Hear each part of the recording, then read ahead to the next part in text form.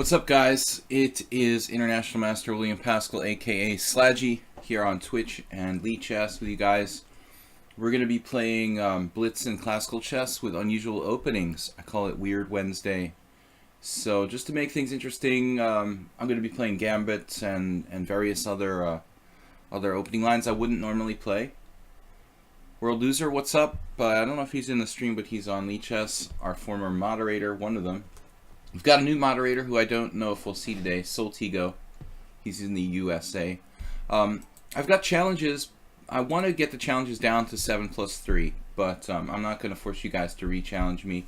If you challenge me to an old time control, I'm going to make the maximum 7+3 going forward. So if you've got 8.3 or 7+5 out there, you know, go ahead and play. But I want to move slowly toward like a maximum of 7+3. Because it will speed things up a little bit. So I'm going to go ahead and start in a second. We've got challenges from, I think Ananas was challenging me, but he's just re-challenging me. So we'll let him re-challenge me. Ananas is a subscriber too. All you guys are subscribers. It's like a subscriber stream. Ananas, Mule Skinner, Nefedov, Clash Kid, Grandmaster re-challenged me to 3+2, which is he's like too fast now, but I'll play him probably at that time control even. We're actually toying with the idea of doing 3+2 in the viewer tournament, so I think for the purposes of the viewer tournament it might be all right. I generally like want to have more time to commentate. Grandmaster 57, if you can re-challenge me to like 5+3, that'd be better, but if you don't challenge me to something different, I'll still accept the challenge. Alright, let's get started. Ananas was, I think, first in line. Ananas is a solid customer. I don't really have a repertoire with white. I usually start with something simple like knight f3, but yesterday, wow, French from Ananas, I don't remember that before. Yesterday in my stream,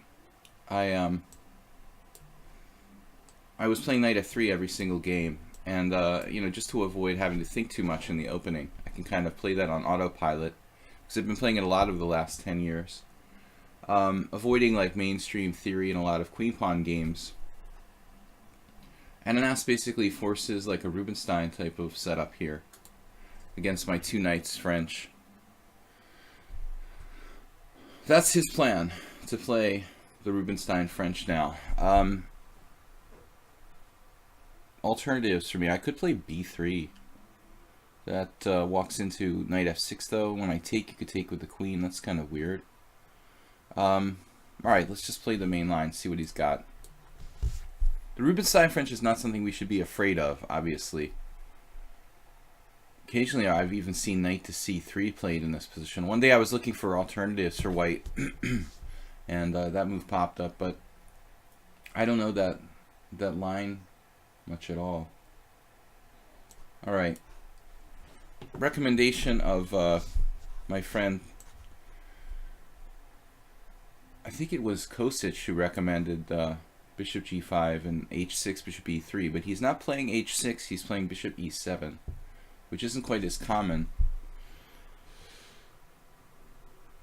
So why does everyone play h6 there instead of bishop e7?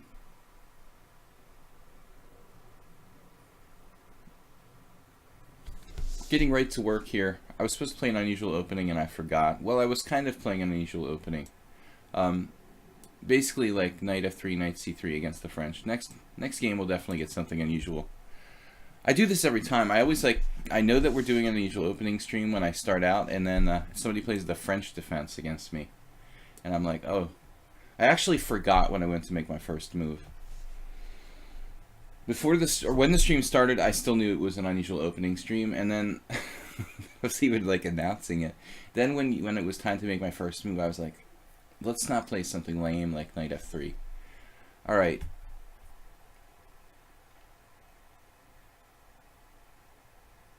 I guess we could win a pawn here. Bishop takes f6. Queen e4. Queen takes b7, rook b8, queen takes a7. there's several complications there, so. World Loser, what's up? So Clash Kid bought the Dvoretsky's Endgame manual. You know, I've heard it's like quite advanced. I'm not sure about this position theoretically.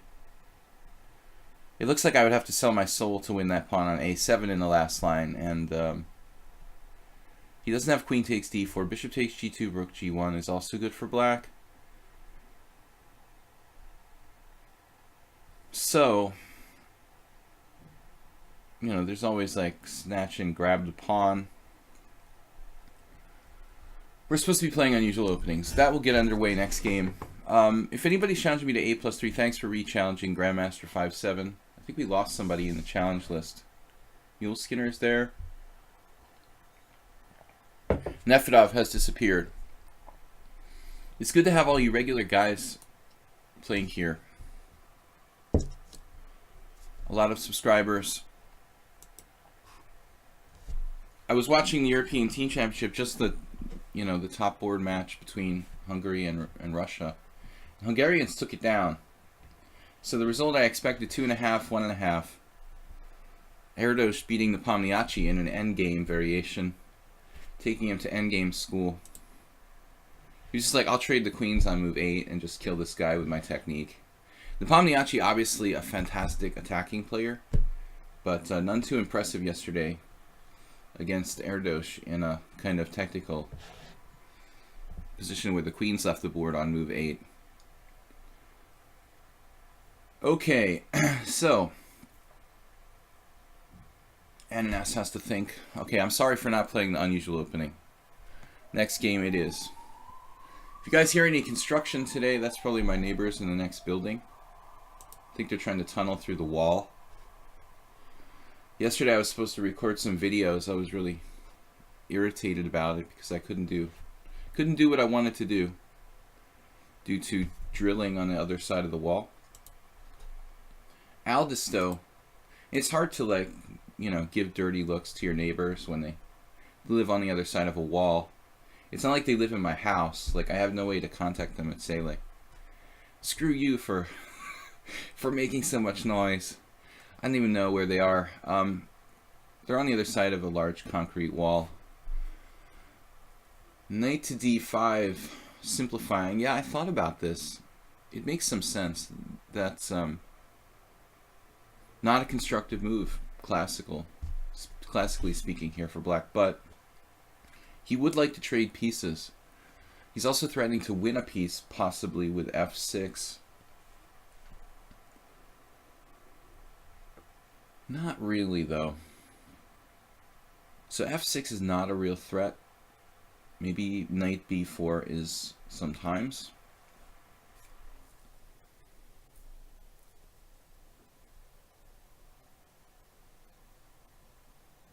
So I'm thinking just like retreat the bishop to d2.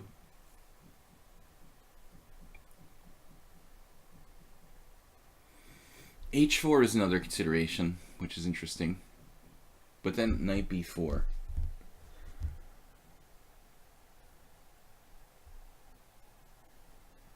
h4, knight b4. Renewing the threat to play f6 or not? Not really. I don't want to trade pieces here so much. I don't really want to take on c6. So we can kind of play by process of elimination. Things I don't want to do. I don't really want to trade pieces. I could trade pieces, but he's going to have play along the b file if I take on c6. Getting my last piece in the game. Or we could try, try c3 at some point. I think bishop d2. It's going to be hard to prevent him from... No, actually we have tricks here with queen h5. So bishop g5, bishop takes h7 doesn't work. That's good. Great. Fantastic. Queen h5. It looks like he actually has bishop g5 trading pieces. If he does that, whatever. We're still slightly better. So what's up, guys? This Sunday I'm going to be doing a simul here on lichess like last week, 40-40 for 25 players. That's 7 p.m. Sunday night. The clocks will be back for everyone at the same time. Some of the viewers from the US were like confused this week by my streams because they haven't set the clocks back yet, and here in Europe we have. So bishop g5 to trade pieces is the only really good plan I can think of. The other thing I looked at was knight b4, but then I simply have like bishop takes, knight takes c6, pawn takes c6, queen e4, threatening mate, and then take on c6, winning a pawn. Even his intermezzo queen g5 check would allow me to just play like king b1 and ultimately take the pawn on c6. So he just goes bishop b8, which is obviously really passive for black.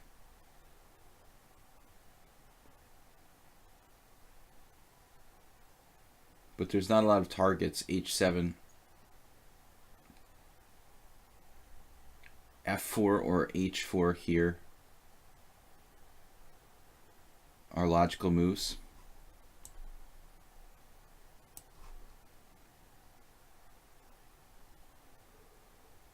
He can never really play f6 without weakening his e6 square significantly. I guess we can go with like a Sicilian type of attack with g4, g5, but he's going to have bishop takes h4 when I play g4. Although even there, actually g4, bishop takes h4, g5 would be really strong for me.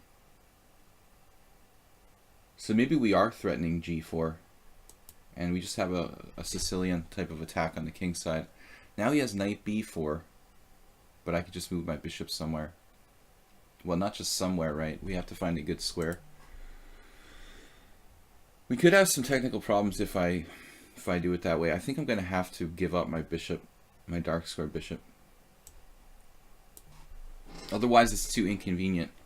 This actually wins a pawn for me. Queen e4. Or does it? Yeah, queen e4 and takes on b7, but it also opens lines for him to attack me, so I don't know.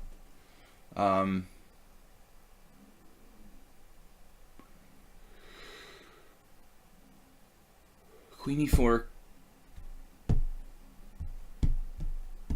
f5, takes on b7, rook b8. Not so simple.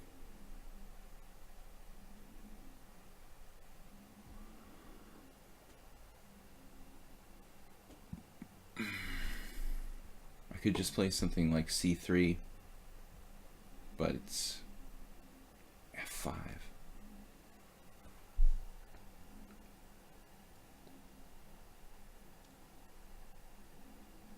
Queen e4, f5, takes on b7, rook b8. And then I need to find a good move. d4 is actually hanging.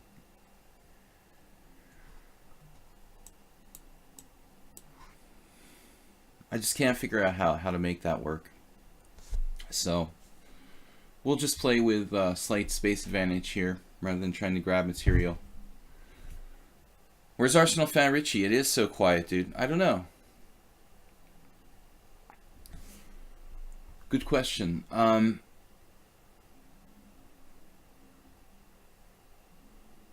He's just gonna trade pieces.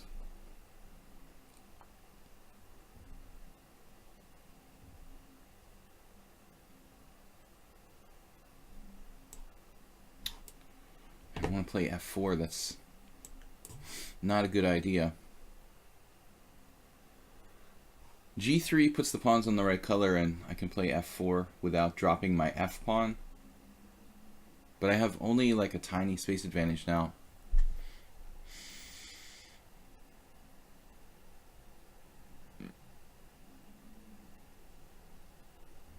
White's advantage is sort of evaporated. It's still there, but it's almost imperceptible.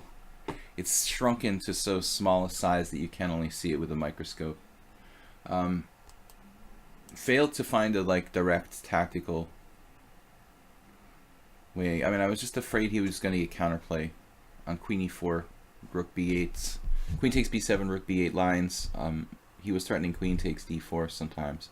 Once he plays f5, he can play queen takes d4 in those lines because there's no bishop takes h7 check. Now, we have a very small edge. Slightly better bishop, slightly more space, but not a lot of pieces left to attack his king here.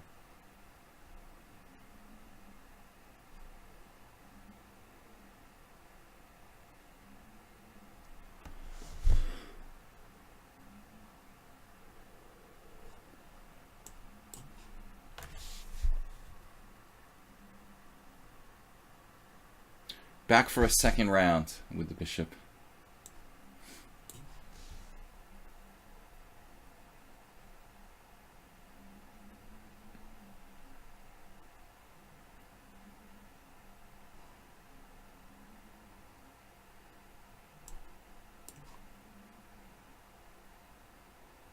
I'm trying to trap my own queen.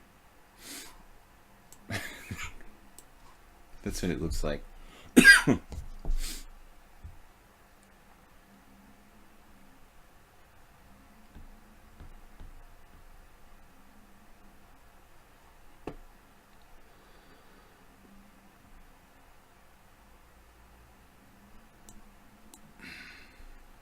I don't know what I'm doing. Man, he's been so solid this game. It would have been better to play queen h5. Queen h5, obviously. And I have a plan there with g4, g5. Alright. I thought he was going to take with the pawn, but we've got a slight edge.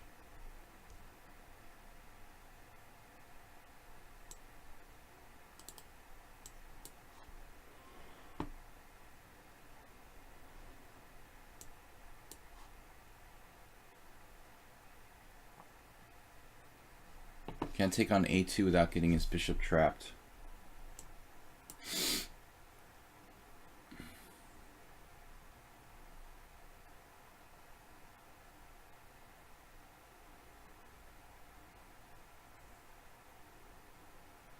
Bishop takes. He's got an answer to that.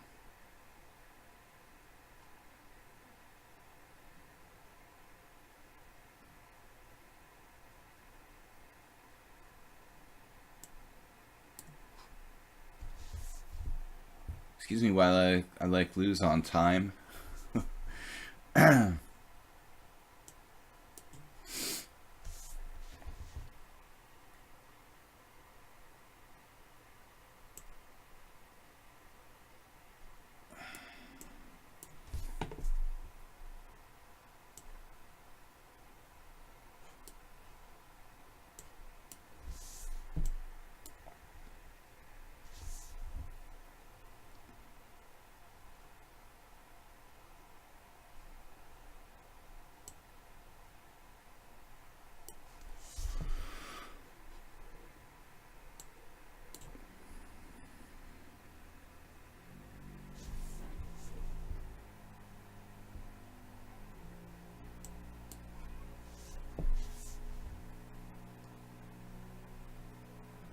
It's probably only a draw.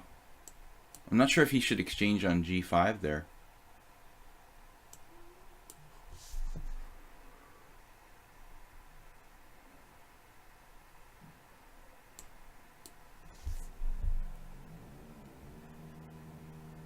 The bastards next door are grinding on the wall again. But it's very soft, you might not even be able to hear it, but it's for the purposes of like recording a chess video or something, it would have been enough to kind of mess me up.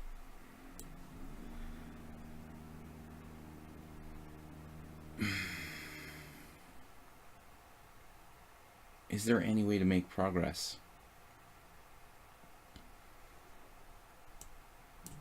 Now maybe there is. I get my king to e5.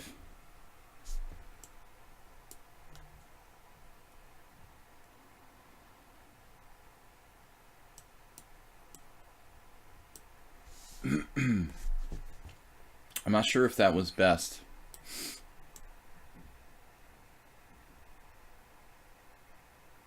Outside pawn.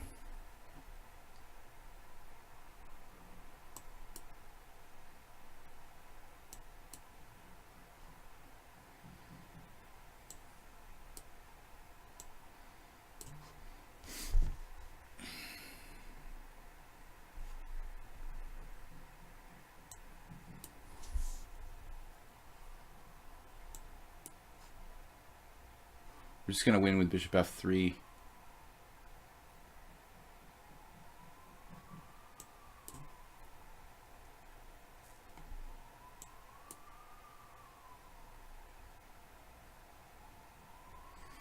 Alright, kind of an undeserved victory. Very, very solid game throughout by Black, who I think was fine until the end game.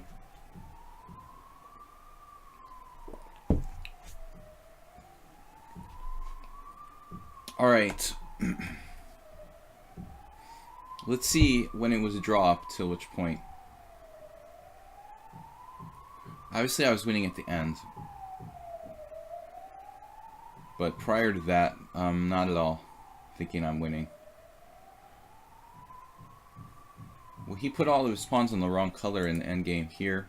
Here we are around move 36. This was still a draw. What was the decisive mistake? Like playing c6? After c4, he starts to be worse. Seriously. He's basically like down a pawn because his kingside pawns are frozen. The engine thinks he's okay here though. After a3, bishop c4. I guess you'd have to give it more time to just be sure, but it's very possible this is drawn. Alright, Mule Skinner, Grandmaster 5-7, Clash Kid, Aldisto, and Chess Armageddon. Chess Armageddon. Alright guys, Weird Wednesday. I'm going to try to remember playing fun openings today.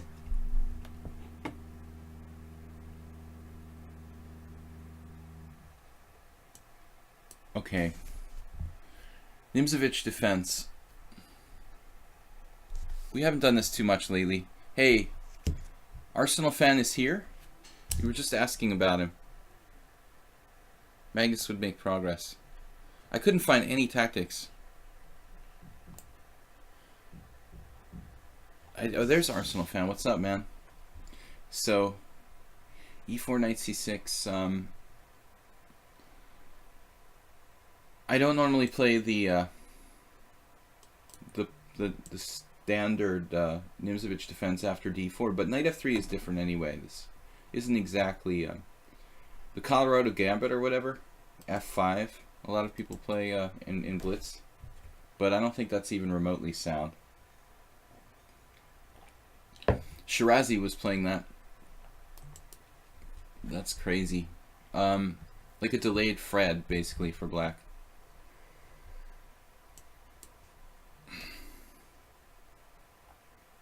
e5, bishop e5, f5. That's not an unusual opening. Spinal Tap, what's up, man? Whack it. Spinal Tap. How was your Halloween there, buddy?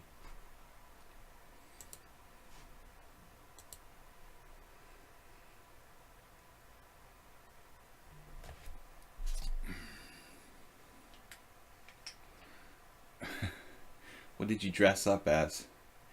d4. Bishop g4. This is borderline unusual opening. It's almost like a normal opening. f5, yeah, f5 there. I don't know about that. Our new moderator, Soltigo, likes to play the...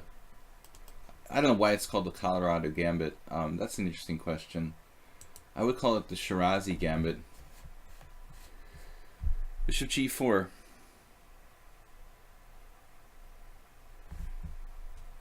Ananas has time pressure problems. We all do. Me too.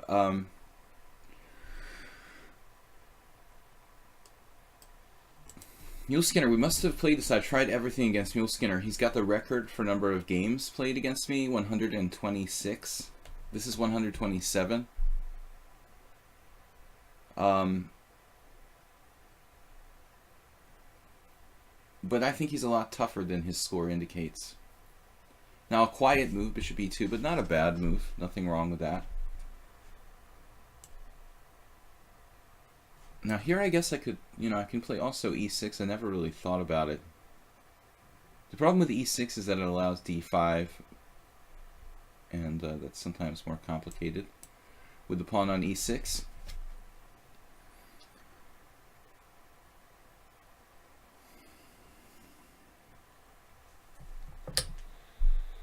He dressed up the classic Scream match.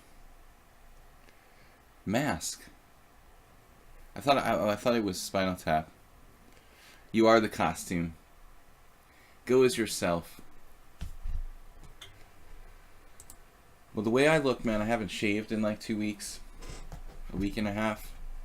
Hopefully today we're gonna get a chance, or maybe tomorrow.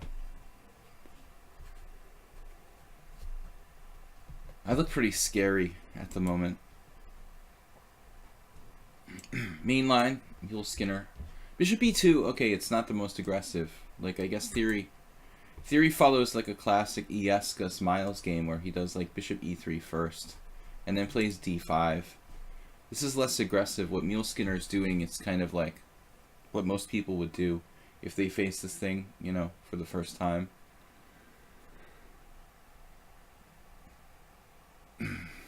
Dressed up in the McDonald's uniform. There's like this new PC Halloween costume trend, and I'm sure like a McDonald's costume is some violation of the politically correct Halloween costume. You're degrading working class people with that costume. I know it's his real uniform, but still, he's still degrading them. All right. Bishop e7 or what? What else can I do, really? There is no other option other than d5. The idea is to play d5. We put the bishop outside the pawn chain, then we create a Slav, Caro-Kann, French type of pawn chain. We have the good bishop, so to speak. No bad bishop. The ultimate French. But the problem is that our knight is on c6, so that's oftentimes an issue. Not a lot of top players have played this opening. Miles, of course, in the 80s. But I did notice an interesting factoid. Like, I have a book of Korchnoi's games from his early career, like going way back to like 1954, and Korchnoi actually played the Nimzovich defense in a few games, which certainly was rare, but really rare, like back in like the late 50s. But Korchnoi was always a player who basically like played everything, kind of like Ivanchuk style. He had his favorite openings though. Ivanchuk just like plays everything. Some people that are young lose their teeth in odd ways. Alright, the Halloween conversation. Hard to follow the chat.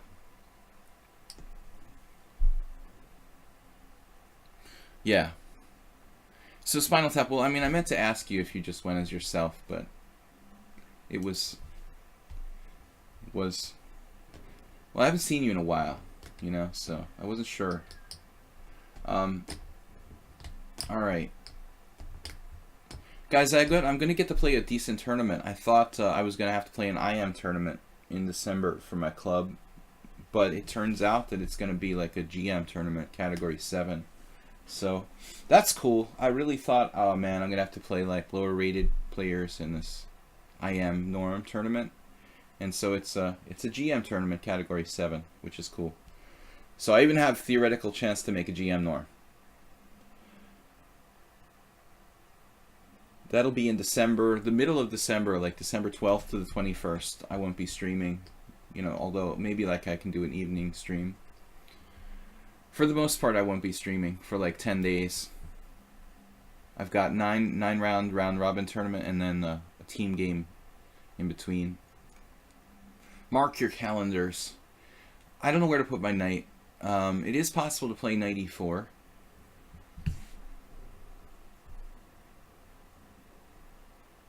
Knight e4 would trade pieces, and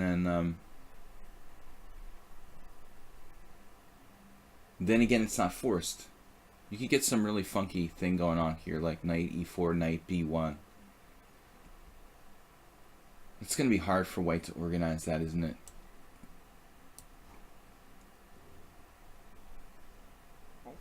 This is obviously sort of like more principled than playing knight back to d7. But I think that knight d7 is definitely playable. More principled in the sense that we have less space and we're trading pieces.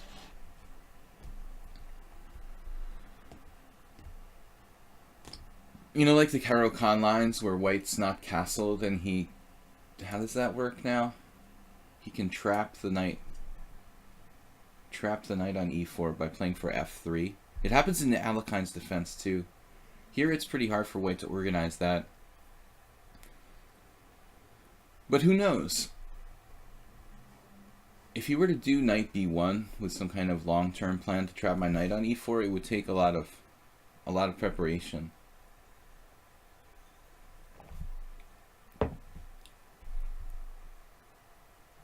Otherwise, I guess I'm going to take on c3 and play for knight a5 and then try to like blockade the c4 square and just have a solid position with white on doubled pawns.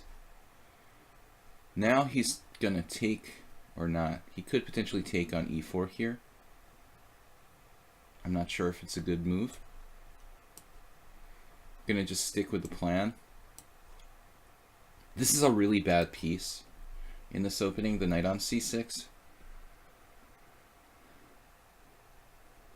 It's not often you'll catch me playing the black side of something that looks like this, like a weird Winnower French, since French is not part of my repertoire. But I like it. It's fun. Something different. I don't have any GM norms. The closest I got was actually like way back in, I guess it was like 1999, when I like just missed because I lost this game in a Smith-Morra. That was the only time I came like within a half point of making a GM norm.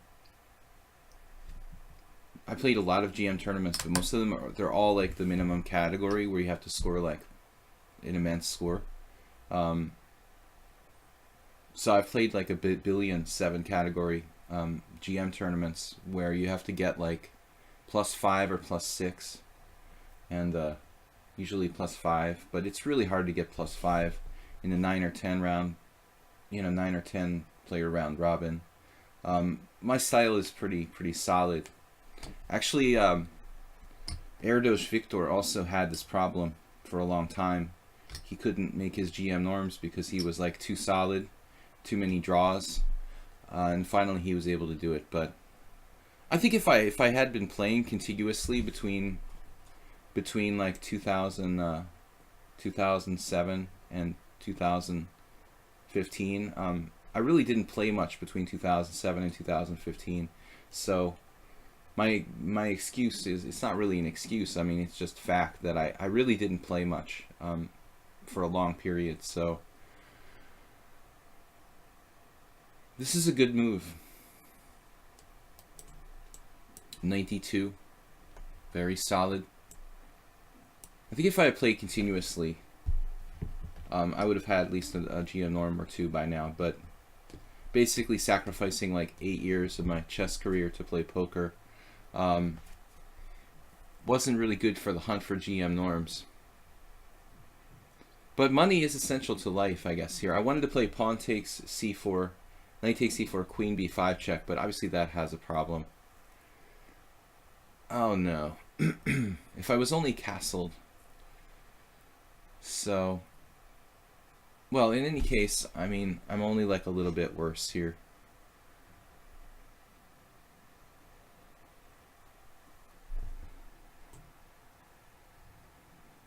Maybe eventually we'll get the GM norm. I didn't play enough open tournaments, which is really the best way to do it.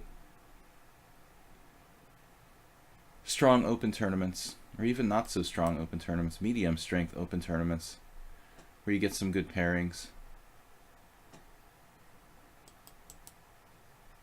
I think like my best performance rating ever was probably like 2550. I mean, it's never been. You basically need to have a 2600 performance in a tournament.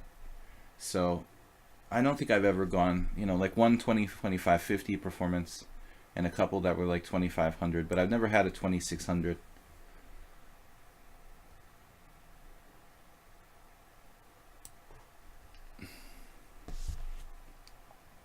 It's really hard. I mean, you gotta kind of play like a maniac. If I were to play like a complete maniac, I'd have a better chance at making GM norms. The guy who programmed Rybka, International Master Vasek Grilic, his wife is a Polish IM, Iveta Radzievich, and she made a GM norm in one of these tournaments where I was playing, where, you know, she basically plays like a maniac. Like win or lose every single game, never accepts a draw, just go completely postal every single game, and then she like has these really bad tournaments where she'll be like -6, but like the next tournament she'll be like +5 or something. So I guess you practically like should try to change your style to where you just like will never ever draw a single game and play like an absolute maniac. That's the best approach to try to make a GM norm for someone like me, I guess. Almost like altering the style. Here, if you play in a really super strong tournament though, you know, if I could play like a category 12 tournament where I had to just like, I don't know, make +1 or equal, or like equal or something, that would be better, I think. I don't know what to do. Alright, well, it's equal. Speaking of equal, white is better.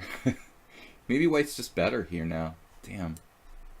Maybe I should play b5. Now it's too late because of d5 for white. Damn.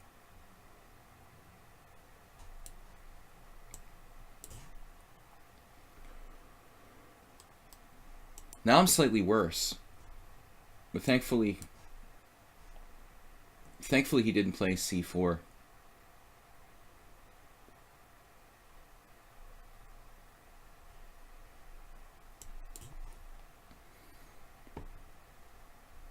Spinal Tap will recognize this from the Caro-Kann type of position.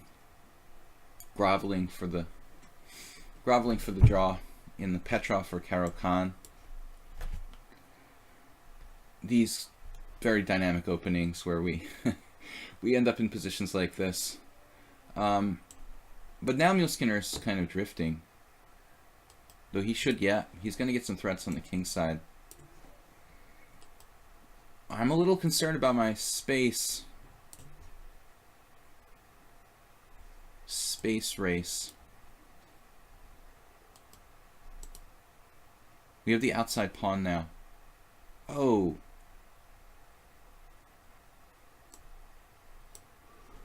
Hope I don't drop something.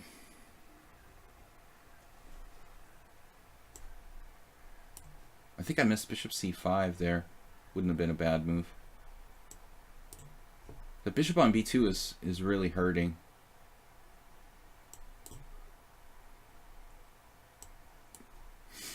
Unfortunately, he has some threats now.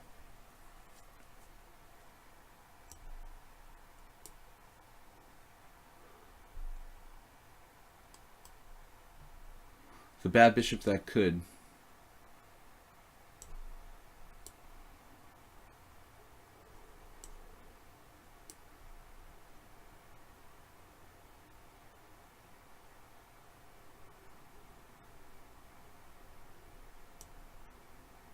It's pretty awkward.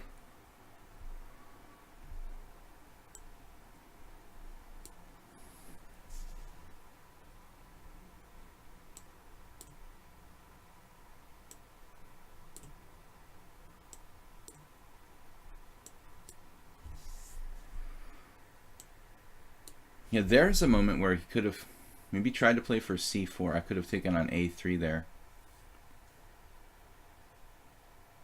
You got to go back. Just dropping his pawn now.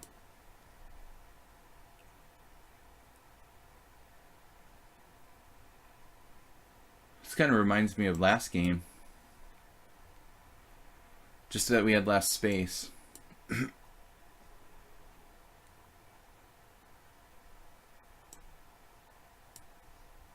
It's obviously winning for me now. But it was pretty scary there for a moment. Mule Skinner was fine.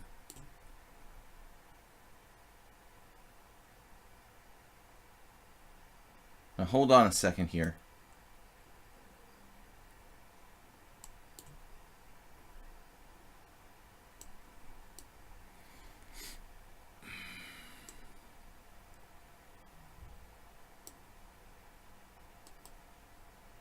Why did I go there? Check, there, takes.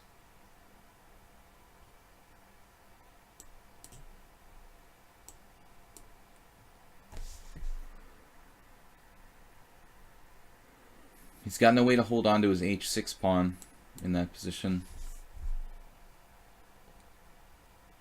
Alright, let's see. Another game where I really had nothing till the end. Do you want to know the easiest way to get the GM title? I do want to know. I'm always like curious. I'm always curious.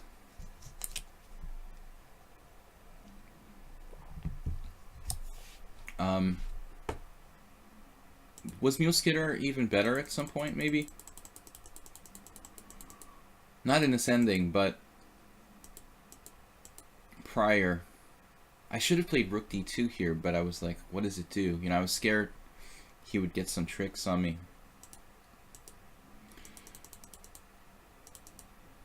I guess we were always in control. But before, around here, I was looking at c5, but I couldn't figure out if it worked or not. You know, d takes c5, queen c7. For some reason, I thought I was going to lose a pawn. Alright, back to the challenges. Grandmaster 5-7, Clash Kid, Aldisto, Ananas. Ananas we didn't... Ananas we played, didn't we? What's going on? I just played Ananas, didn't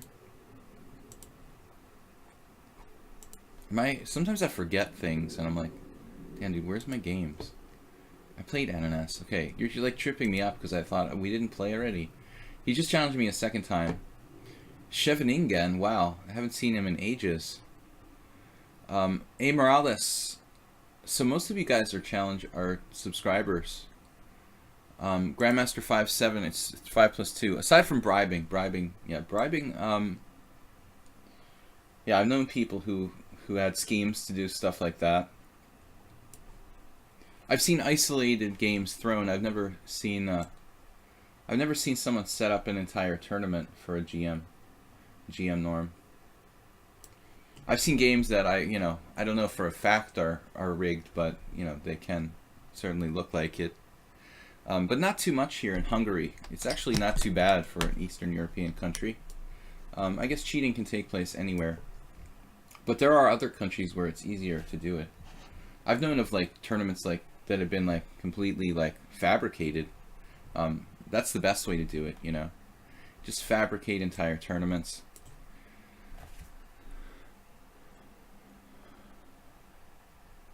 Easiest way to play in Europe during the summer. All the people there to get drunk. Play like a maniac. Much easier to beat than normal. This is from Tactical Wizard. They like to drink beer in Germany.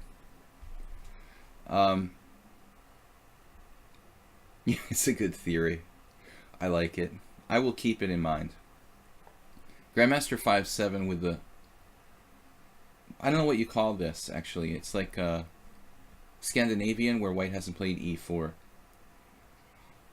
But, it's probably not that bad for black.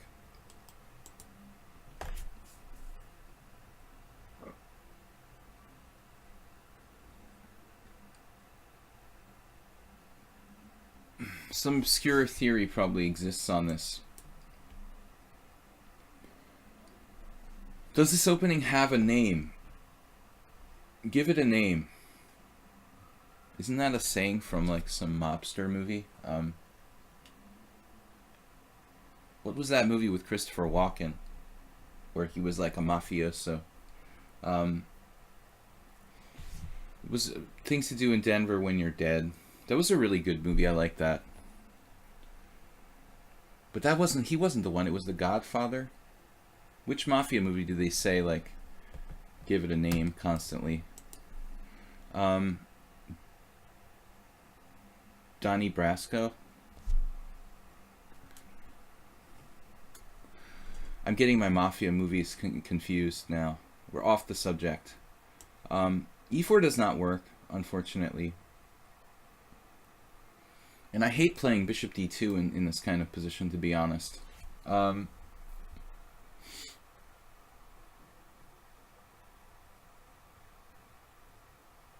Yeah, this is one of those weird openings. It's not really in the opening books, but it's probably playable for black. And it's 5+2, so I'm going to get in trouble here.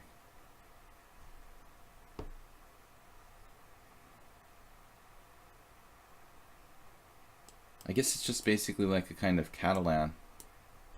I don't know. So, Daramosa says, true romance. Please continue reading my message. So, play like a maniac and we're much easier to beat than normal. I thought I did read your message, dude. What? I just didn't read the last couple words? Man. You're tough, dude. Please play the Sicilian defense. I'm trying to learn Poker Professional. Normally I would do so, but today it's a special stream where I'm trying to play like unusual openings. In this game, my opponent played the unusual opening. I played knight f3, c4, d5, c takes d5, queen takes d5. Which is really like some kind of weird Scandinavian. He kind of bailed me out because I'm forgetting to play weird openings again. Okay, queen a5. This actually, it really looks like a Scandinavian. The queen on a5 isn't that bad at all. This is probably a good opening for blitz. Okay, now it's time for e4. It's not the position. I like this for black.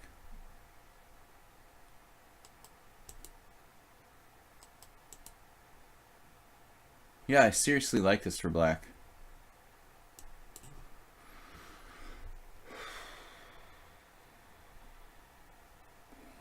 I always dismiss this opening completely, but somehow this game...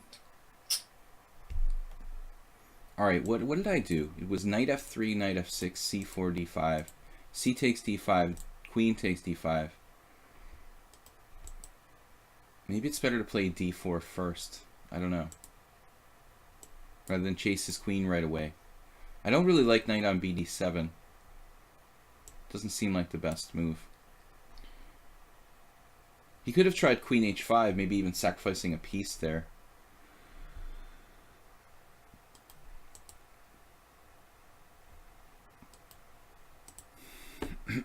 Still, it's not easy.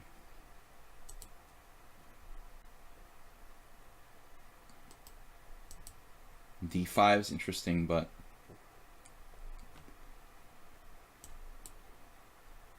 I'm just too low on time. This guy has unbelievable amount of time. 4 minutes in a 5-2 game. I guess he plays a lot of bullet. He's got another account or something because there's no way this is his only account. Aside from bribing, it's okay, Tactical Wizard. I thought I said that. Then I said the other stuff.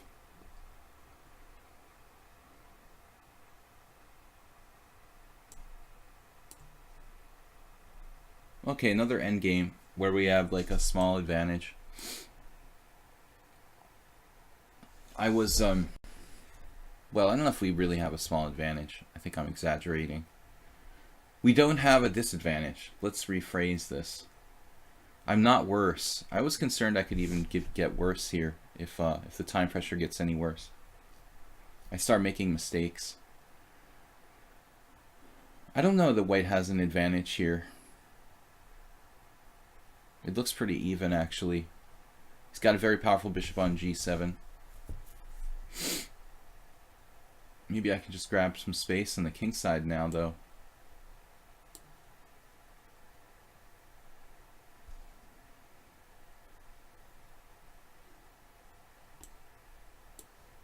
Get my king to the center. This is like an endgame stream. We've had 2 endgame games so far, 2 bishop endgames, where I won like after basically even positions. Man,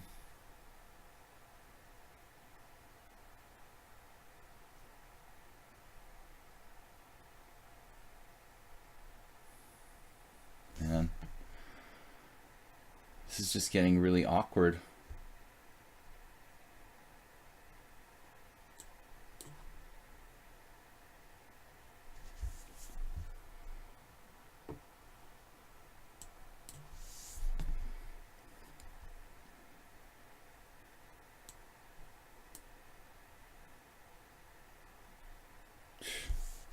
He's already beat me once.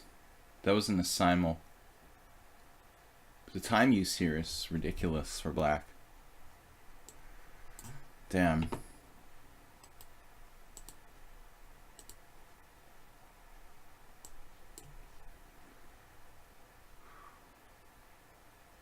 playing like a GM.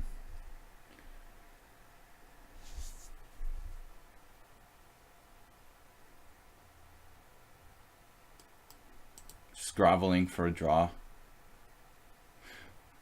I was just about to flag, that's why I played king e1.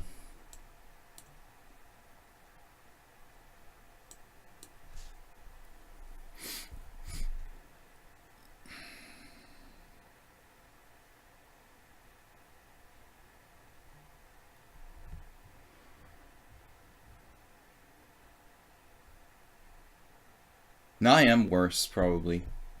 Or I was, at least. Probably still am. The time thing got out of control, though. 5+2 is pretty fast. I didn't want to play 5+2, Grandmaster 57. I normally play with a 3-second increment. So, sort of cheated me out of my normal amount of time there. I'm getting close to flagging when I play 5+2. I'm always like anticipating a 3-second increment. Yesterday in my tournament, we played 5+2. And I lost the first round game against Ara Knight because I couldn't click the mouse fast enough. I was used to the 3-second increment. I couldn't make the transition to the 2-second. I like misclicked and then lost on time with the 2 seconds.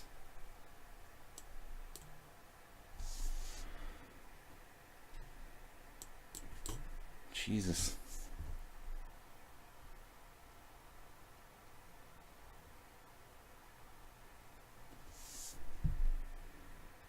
He's like seriously trying to play for flag.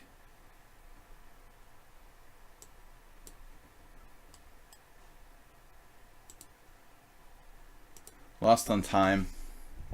Good job, man. You beat me on time. It's an equal position.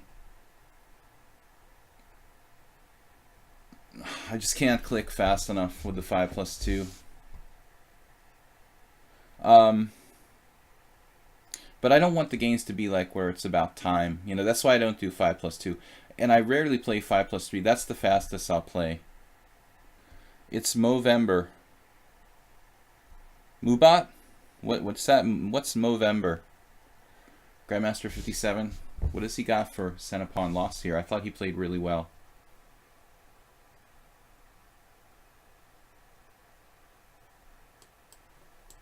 We both played well according to the computer, but I wasn't happy with the way I played. It says I had an advantage at some point.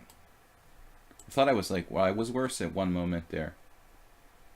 But he's got 0 inaccuracy, 0 mistakes, 0 blunders. Damn, dude, that's pretty harsh. I've got 1 inaccuracy.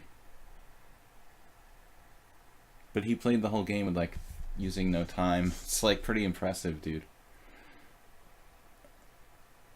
I was better at the opening. This is a weird line. 0 inaccuracy, 0 mistakes, 0 blunders. That's surprising, you know. He got 1 inaccuracy, the opening. Taking with the queen on d5, probably. No? They don't give queen takes d5 in inaccuracy. That's unbelievable. Wow. Like, the stockfish will normally give, like, 1 g6 to do, you know, inaccuracy. That's unbelievable. The vast majority of players play knight c3 here, but this is my argument that maybe d4 is better. That's the first thing I was thinking when I played knight c3. This move is probably just concretely better than playing knight c3 right away. Like a slight, very subtle improvement. Alright, so basically all the games decided by time thus far. Clash Kids 6+4. Maybe you should not have gone for the endgame. Well, I was already like losing on time. That's the problem, Morales. I had like 3 minutes less, and I kind of went for the queen trade because, well, I think I had g4, but he could sacrifice a piece. Actually, I usually go for endgames when I don't have time. I don't think I would have survived as far as I did if I hadn't traded queens. You know, I probably would have fallen for some kind of tactic or something, you know. Let's play something fun here. Unusual opening stream. This is a very rare line played by Gurgenidze, the Georgian grandmaster. Yeah, everyone's picking weird time controls. Clash Kid now played a3. That's the recommended move against b5.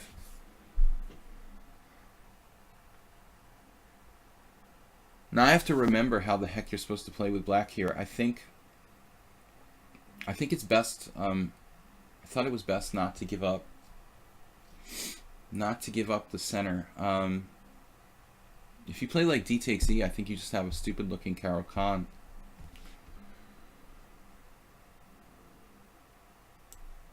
Maybe e6. And trying to play some kind of Gurgenidze. This is not something I normally would play, but I always occasionally would play this for fun. Like in the Scandinavian, when some people play knight f6 and then they play queen takes d5. Yeah, I mean the Scandinavian is more justified. Here, I mean, something about playing knight c3. Whereas just playing d4, you're establishing the center pawn first. It's a little different than the Scandinavian. I would need a little more time to explain it, to elucidate with the position in front of me, basically. A couple weeks ago, I looked at this very briefly with the Opening Explorer, but I don't think it's really recommended for black. I was looking at weird sidelines in the Caro-Kann, you know, thinking of things you could play, trying to find some weird lines. Although I've known the existence of this variation for black for forever. It was played by Gurgenidze in the 70s or 60s or whatever. Okay, White's handling of the position is really fundamental. What am I doing? I guess we'll try to lock it up and play kind of French style here.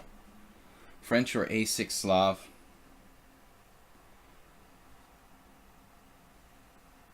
You struggle against the knight f6 lines in the Scandinavian, but you shouldn't. You know, I really think that objectively, we can talk about that later. I play the knight f6 lines of the Scandinavian. I can tell you that it's I think that it's inferior to queen takes. All right. Now we got like the weirdest exchange French in the world, basically. But I do liberate my bishop from c8. You know, he is trading off his central pawn. But this weakness on the queen side, I mean, it's really hard to see how that benefits me in this type of position. He's played a3, which doesn't really harm his position.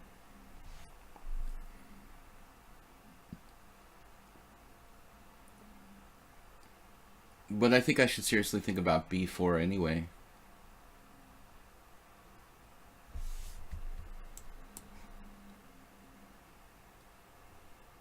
Maybe the lesser of the evils.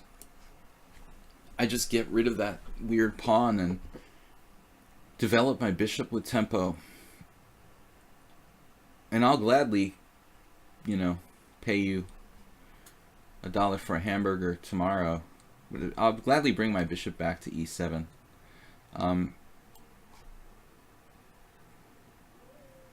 How does that Popeye line go? I'll pay you tomorrow for a hamburger today. Bishop e7. We will come back if necessary to break the pin with bishop g5. I just wanted to get rid of this stupid pawn on b5, which I thought could be a liability.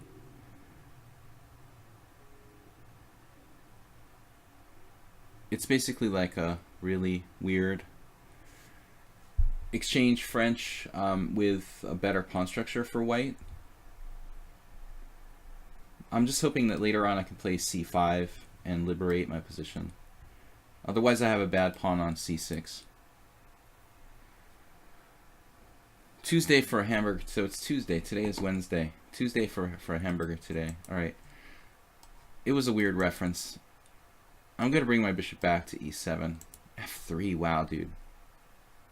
I thought he should play bg5 there. But I guess he was concerned about me going like psycho. Probably legit, like bishop g5, h6. And if bishop h4, g5, I can really do that. It's pretty sharp, though. You can play bishop h4, g5, bishop g3, knight e4, and maybe something like knight to, or rather queen to f3, threatening f7, I don't know. That's awkward, though, for white. A little bit awkward. Because I haven't castled yet. But now I have a bit of a problem. f3. There's no more knight e4, obviously. I could play c5, but then there's check on b5, which looks pretty disruptive. So maybe he's gonna plan a delayed bishop g5. Knight f d7. Might not be such a bad move. Avoiding the pin at all cost. Now there's no queen f3, queen h5. This is like a theme from queen pawn games, trying to challenge the strong knight on e5, like in a Catalan or something like that. I can't play knight bd7 because of knight takes c6. So we challenge with the other knight. Now he doesn't want to trade.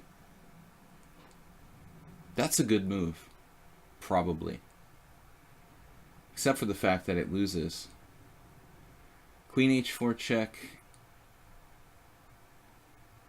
g3, queen takes d4.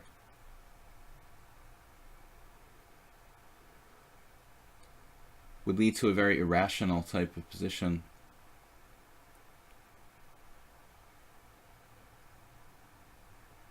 To say the least.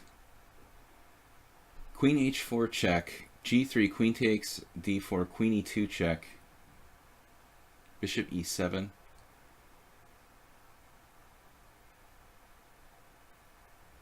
Bishop e3, I'm okay there.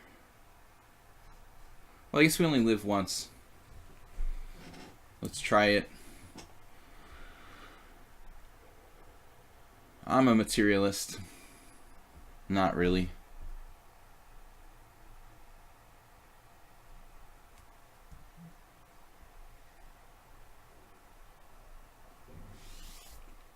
It's a good move. It doesn't lose, though. He has knight f2. I was just kidding. He does have knight f2, keeping his self from losing material, but I don't know. He has to choose here. Maybe he can find a more aggressive way of playing to sack the pawn. But I didn't see anything. He has some weird tries.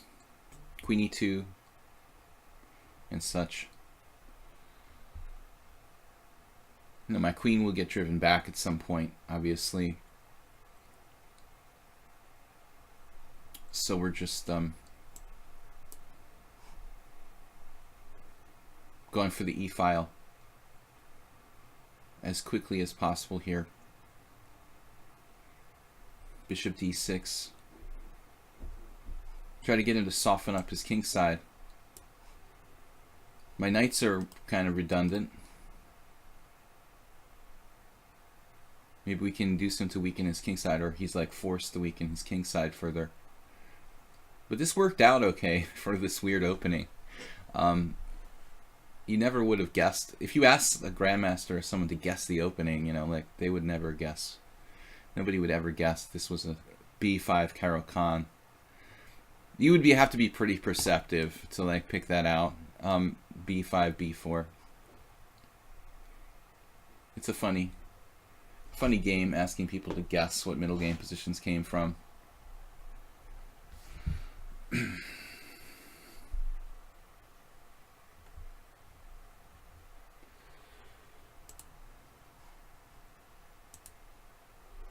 All right. Clash Kid. It's funny that Clash Kid, he's challenged me to 6+4. He likes longer time controls. 7+3 would be the longest. I used to do 8+3, but we're trying to move away from that so we can play more games. Do you know why my shirt is blue? It's gonna be another bad joke, dude. Bishop e3.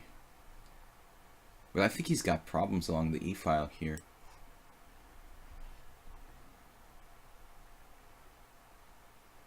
He's gonna castle queenside. I know this guy. How many games have we played? He's seriously thinking about castling queenside.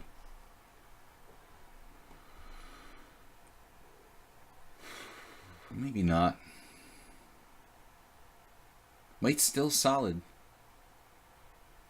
Structurally, I'm worse. If I just drift into an ending or something, I could just stay worse with the isolated pawn. My pieces are bottled up. Looking at ridiculous ideas here.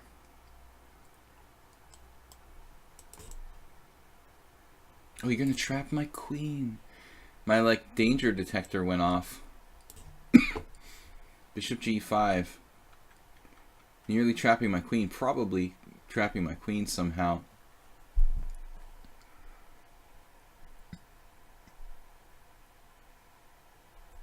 Now he can play bishop f4, bishop g5, or knight d1. All of which are playable.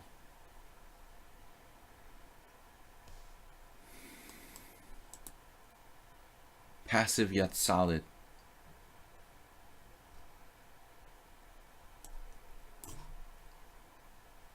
I guess he's not going to castle queenside after knight to d1.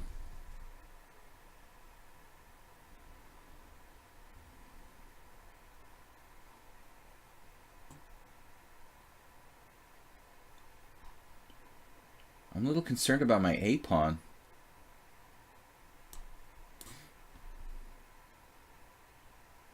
This is very strange to move my bishop again, but the a pawn's safety is first and foremost. Mr. A pawn, your safety is first and foremost here. I moved my queen 17 times. Usually not a good policy. I should have played queen c7 there. This is a very artificial move. Not best. Queen c7 would have been perfectly okay. And then I can just... This is another provocative move. h5? What is going on? Alright, man. I'm getting confused by this, moving the same pieces around again and again and again. It's driving me kind of berserk.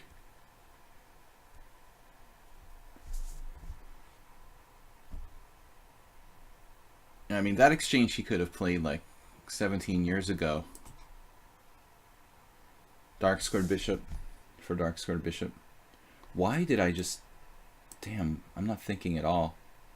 That was ridiculous. Why did I do that move order?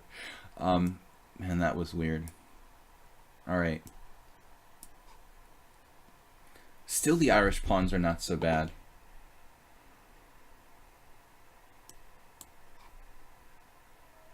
Just Clash Kid just goes with the flow.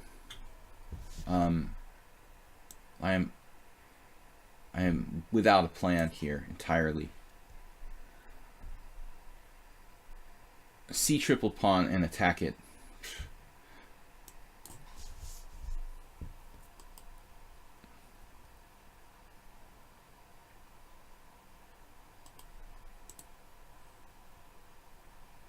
Literally not that bad for white.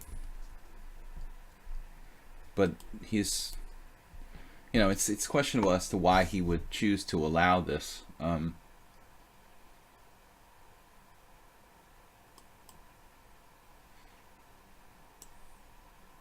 just don't want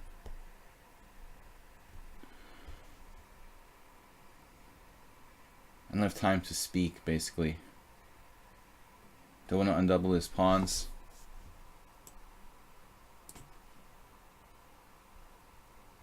I think Clash Kid has gotten faster.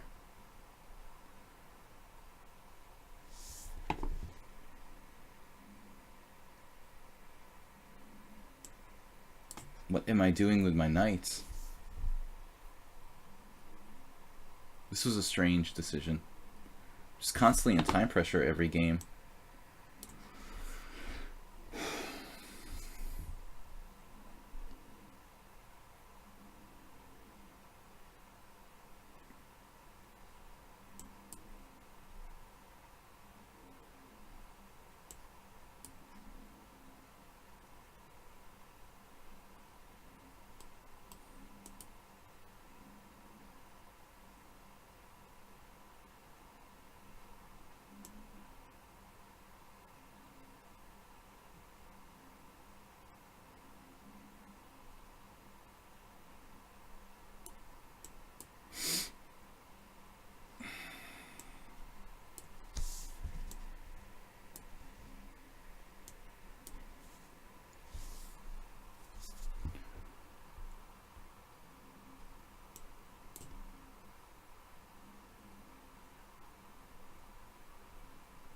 Damn, dude, you're like the master of triple pawns.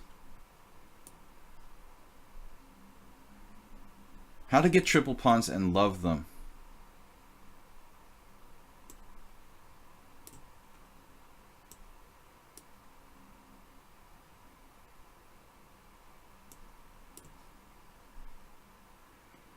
No longer with the triple pawns. I have no idea why I did that.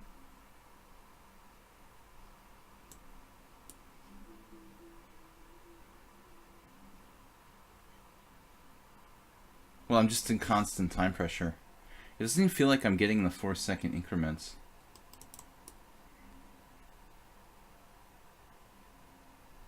Now I'm probably borderline worse. But he's been so fast. He's actually gained time over the last 10 moves.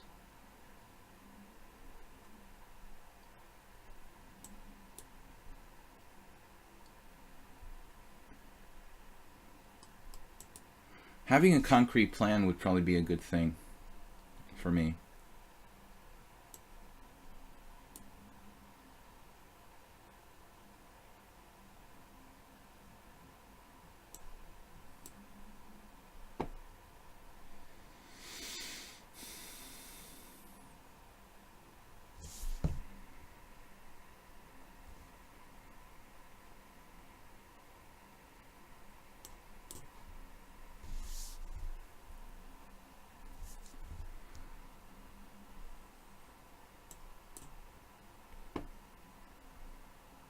Oh no.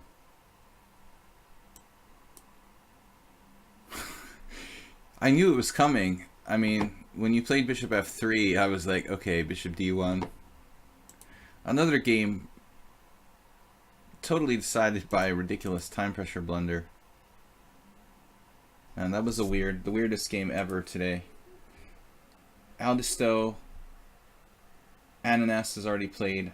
Morales, Arsenal fan, Chess Armageddon. I think Chess Armageddon and Morphy Top Fisher are the only non-subscribers.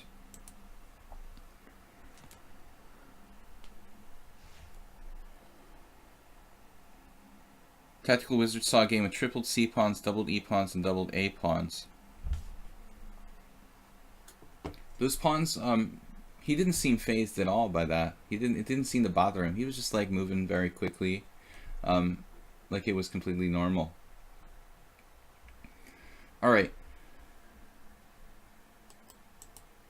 What shall we play with white? Something out of the ordinary, hopefully. But please don't play the French defense. If you're white, don't play the London system. Yeah, man, I mean, I've been getting into time pressure every single game. Okay, e4, e5. We haven't had any King's Gambits in a long time. What else can we play? Yeah, let's do it. I might have had a King's Gambit with Aldisto long ago. I don't remember. I don't think you had serious winning chances. Yeah, imagine a Shabalov game with crazy structure and complications. Shabalov has really tanked his rating. Like, he's like 2490 now. What happened to him? E takes f4.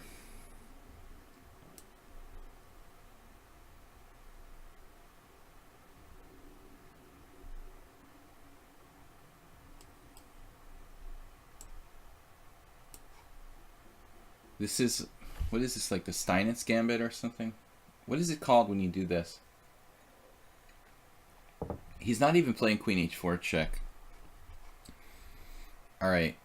You're supposed to play, well anyway, like one of the main lines is Queen H4 check, King E2, and it's kind of fun. What is this called again? I forgot the proper name for it. Arsenal fan says Bishop C for a win, Knight C3 for a draw. Is it a draw? Arsenal, you probably know more about the King's Gambit than I do. I've only ever played this opening in Blitz. Yeah, it's a really cool variation. Knight C3, Queen H4 check, King E2. Steinitz had at least one brilliant game with white in that line, and he's not the only one. So now I'm thinking, originally I was going to play something weird like E5, but it doesn't appeal now. I guess you're supposed to take.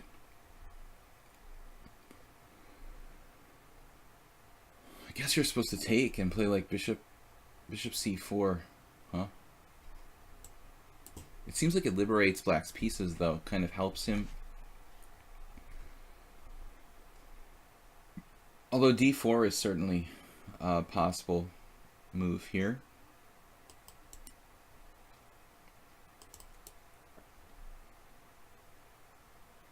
D4. It just seems like black would have too many easy ways to develop there. I have no idea what the theory is.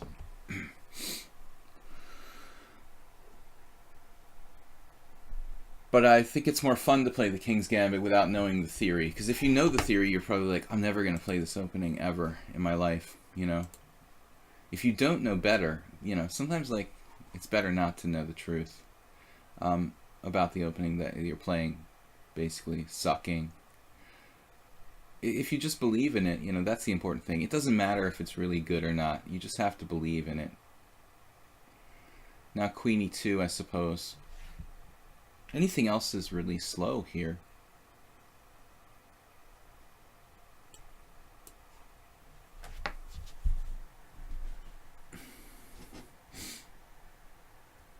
Hopefully I'm not worse. Who's played the King's Gambit lately? There was Adiban last year who played it in like London or something. Is there any top player playing the King's Gambit?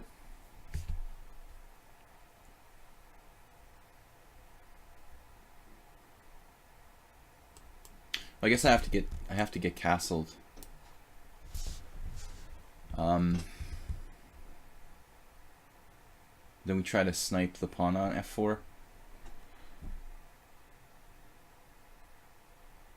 Castle, castle, d4, threatening to win my pawn back, I guess.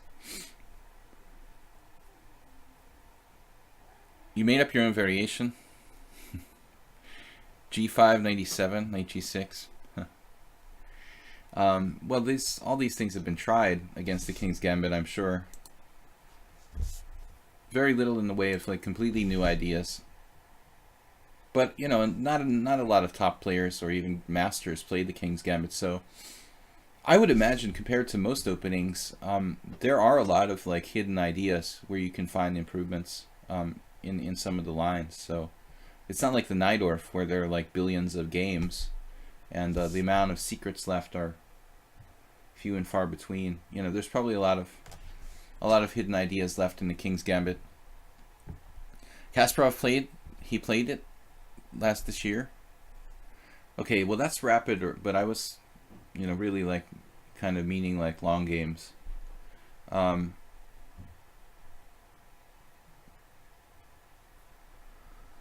be interesting to see after the game if this is an actual position from theory. Well, knight c6 is just... That move was kind of unpleasant. It's aggressively putting pressure on the center. I'm not really happy to see that.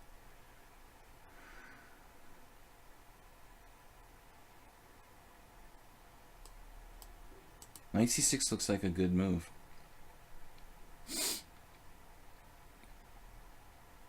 So d4, I guess. Castles. What else can I do?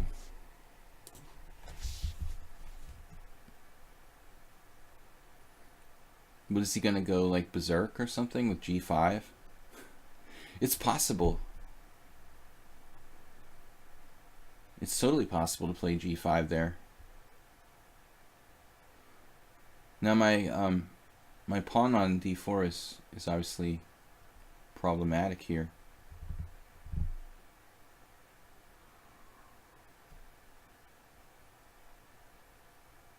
I'm just gonna lose a pawn if I play in a straightforward way.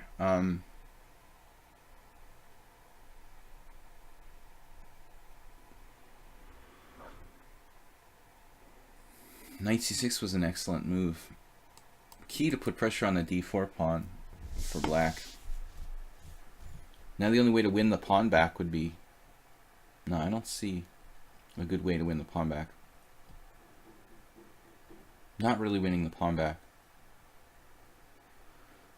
So we have problems.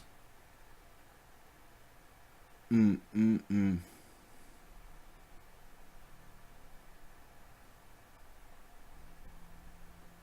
not happy about this. This doesn't look good. Oh no, wait a second. No, hold on. Knight takes, bishop takes, queen takes, bishop takes, f4. Knight takes e4, queen takes e7. I can just take on d4. I don't really like this, but what else can I do?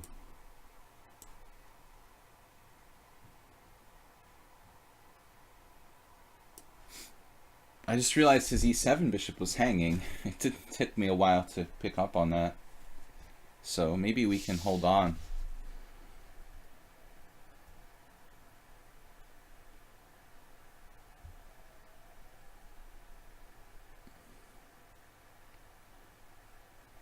It would be good if I would see this right away, you know, that the e7 bishop is hanging. No one is claiming white has a good position, but maybe I'm not lost. But it's not my idea of fun, like sacking a pawn to like just barely get it back. This is not going to make me want to play the King's Gambit again. In move 9, you go berserk with g5. Yeah, I mean, g5 was definitely an alternative to castles. Of course, the way he played it is much safer, and certainly fine for black. But now I might in fact be okay. I mean, black has no central pawn, so, you know, theoretically, I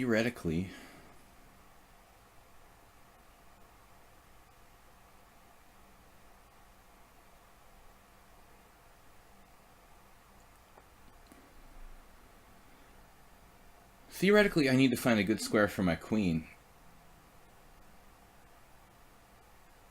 We could play... He's threatening knight takes d4, so there's nothing fancy. The F file.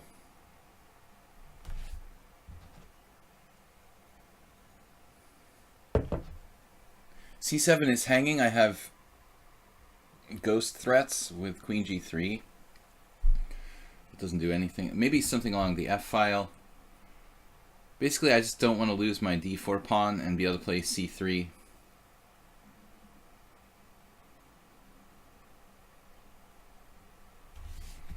The position is... We hope that we could have some kind of theoretical advantage in the center with the strong central pawn. That's about it, man. Tactics with the F file. Things working. As long as my D pawn is hanging. He's thinking about taking with the pawn.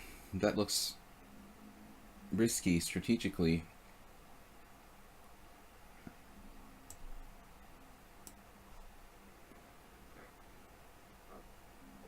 But not horrible. You know, this pawn is actually hard to attack. Kind of like a Sicilian or something. Could come back to haunt him, though.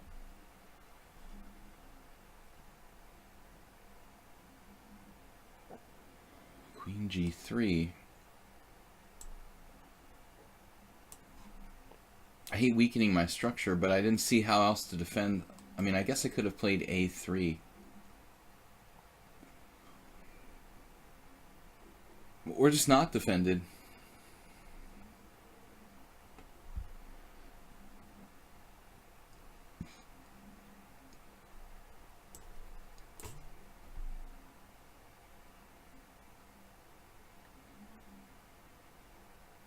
Time is short.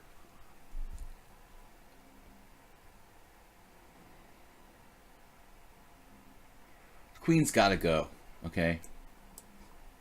It's on a really powerful square on d5.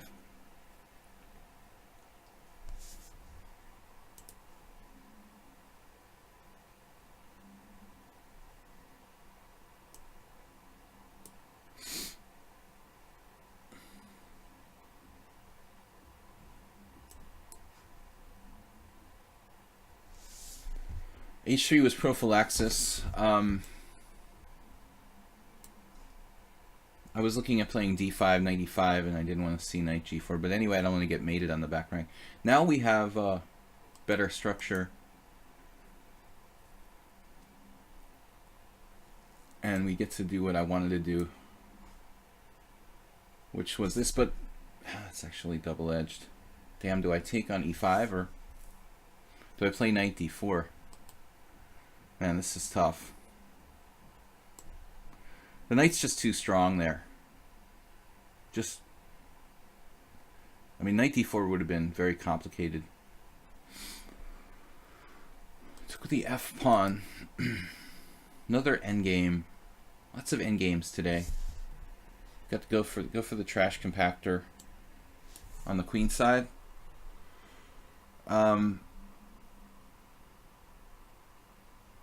Black should be okay here. This was actually a bad move. I probably had queen b4 there, winning material. Shit.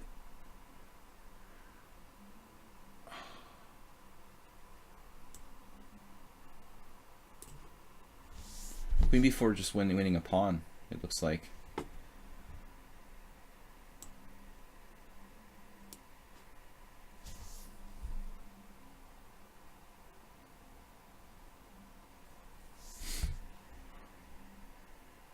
And we get the trash compactor in.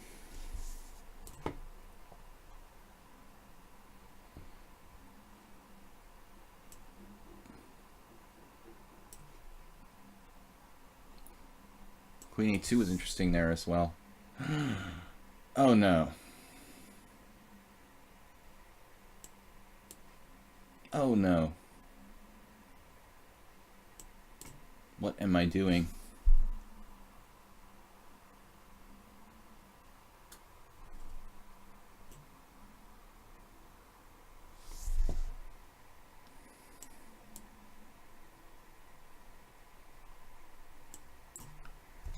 Out of stow.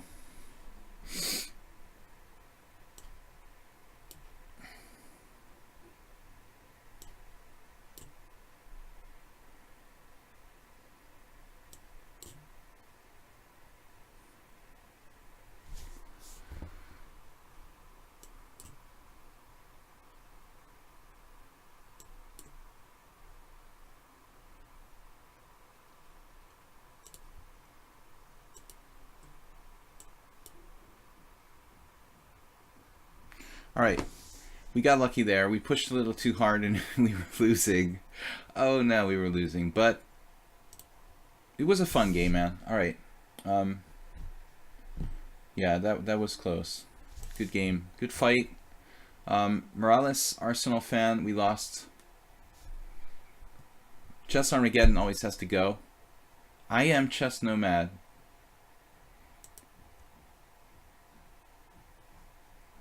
He's a traveling chess teacher. I live without a house. Alright, man. Let's accept his challenge for fun here. Then we'll go back to the subscribers. Anyway, good luck, Chess Nomad. I'm supposed to be playing unusual openings today. Stuff I don't normally play. So, therefore, I don't play my standard repertoire. We'll play A3. A non-committal semi-weakening move. So Chess Nomad.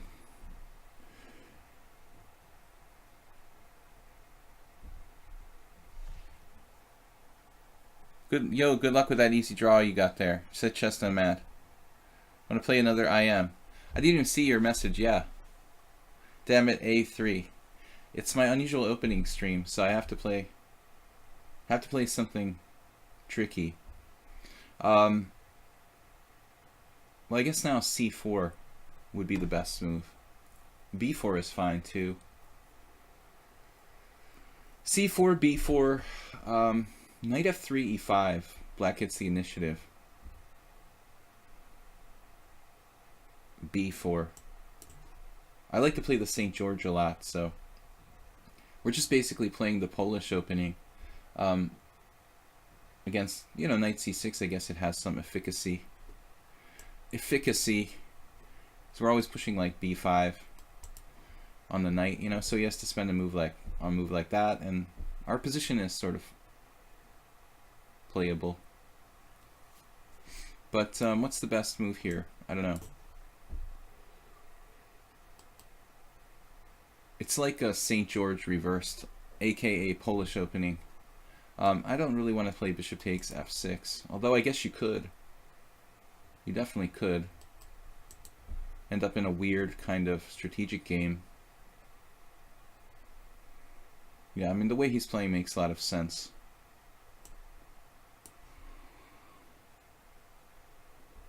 Chess Nomad, 2400 in Blitz.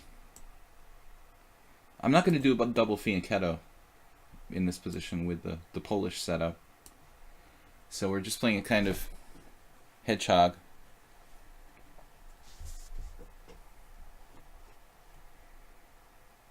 Do I take? If I take, does he take with the, he has to take with the queen. Stupid question. Stupid question, we get a stupid answer. If I don't take, that's playable too. But I might lose a tempo at some point. So queen b3, bishop e6.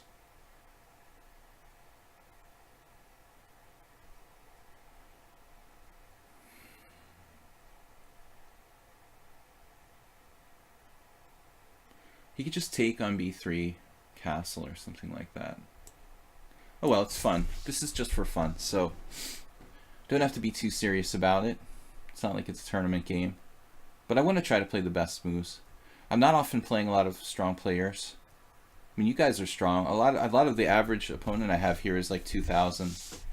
There was this troll who came on like a week ago and said, "Hey, everybody who plays like rated 1,000." I was like, actually, no, you're not right. The average rating of my opponents is probably far higher than like most average players on lichess.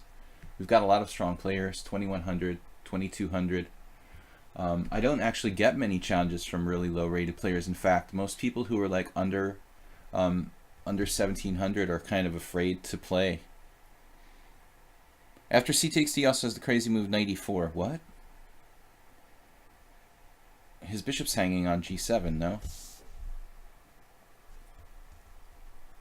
Okay, I'm missing something, if that's possible.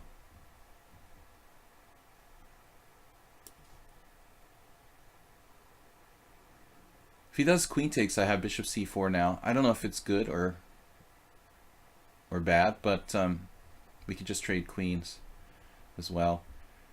He could do knight takes, obviously. That's a standard move.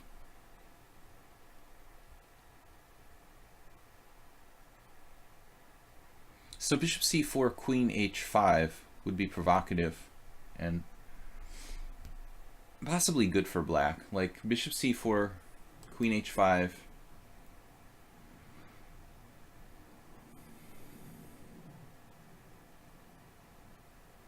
What do I play? Like d3?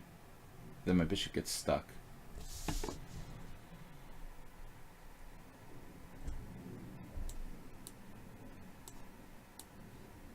Now in the endgame, can I play somehow to use my king in the center? Erdos Victor. Taking the pawn Miachi to endgame school yesterday. But objectively, white doesn't have any advantage here. I have to be careful not to be worse because my queen side's a little bit weakened. His knight on d5 is strong. I'm also... But I'm better in the center with the central pawns, so I have a bigger central, I don't know, preponderance with the pawns at d2 and e3 long term. My queenside weakness concerns me a little bit. Also, developing my pieces is obviously a question. Bishop c4. Bishop c4 looks like a good move, I guess. Knight b6. Where do I go there? Bishop back to e2 or something? That seems kind of good. Kind of good. Very decisive. Because I was thinking about knight c3, but that has its disadvantages. It's like a con Sicilian. I like play bishop c5 and then pull back to e7. Rather than a2, which looks quite normal. Okay, this is going to be tricky because he's got... Sometimes he has a5 I have to watch out for. But it's not so easy to play a5. b5 will lose a pawn. Just Nomad is fast.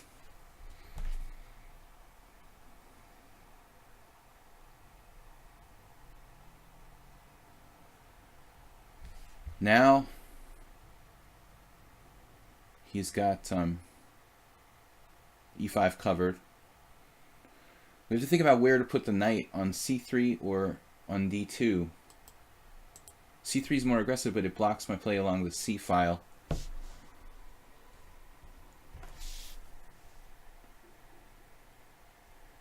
Knight d2, a5, b5. I don't really want to block my play along the c file, so I've chosen the more passive square. This could backfire.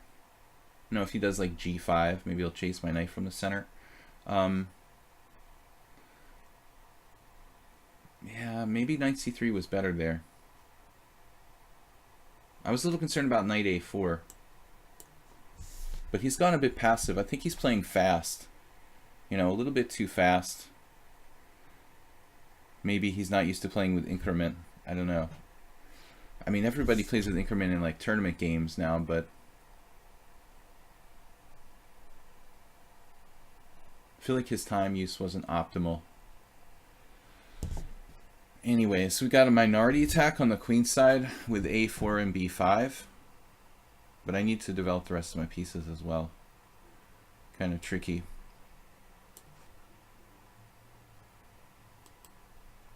I have knight e1 if I have to protect my d3 pawn, I guess. He's got such a massive time advantage. He's like tricks only. Tricks only is secret account. I don't know, it could be. It says Netherlands. Whoops, it says no, David Medema. Traveling chess teacher. So it's not tricks only. Alright. He is Dutch though. Or at least he's in the Netherlands. Click. Tomato sauce is everyone's favorite pancake topping. Tricks only is my only friend. I'm just kidding. I'm in Norway. He's your friend. You're fast, like your brother. All right. I'm old and slow. Rook on f to c1. But I think that white might... I don't want to say I'm better here, but... white at least has equal chances, I guess, in this position. I felt bad about knight bd2, though. I'm not sure if knight c3 would be a better move.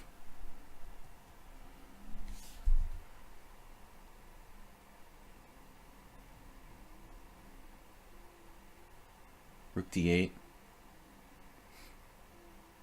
So a4 b5 is obviously the strategic idea for me.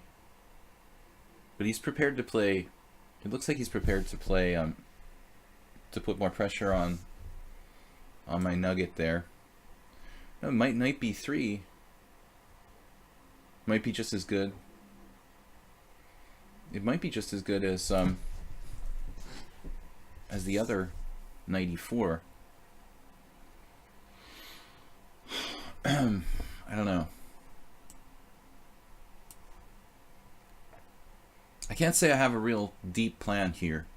I would like to play a4 b5, but it's hard to actually exercise that option. d3 can be protected. Maybe I should just play d4 at some point. I could have considered it last move. This move is a very invasive possibility. But a knight c5 looks like equal. The knight is very strong there on a4. Now, do we take back with the pawn or we take back with the rook? The position looks equal-ish. The rook takes is more fluid. Pawn takes is nice, but my pawns just get kind of stuck that way. So now d4.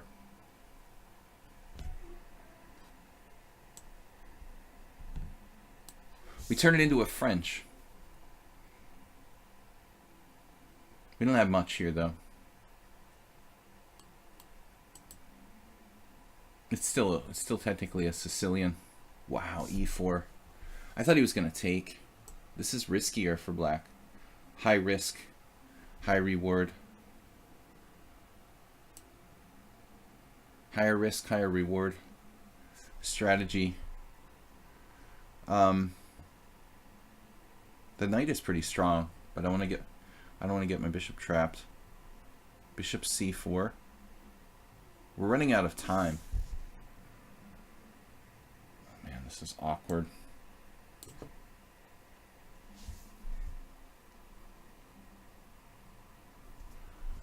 Maybe some kind of ending where I have good knight against bad bishop. He's still probably okay there. Okay, b6, I have rook takes c6. So I'm not getting trapped.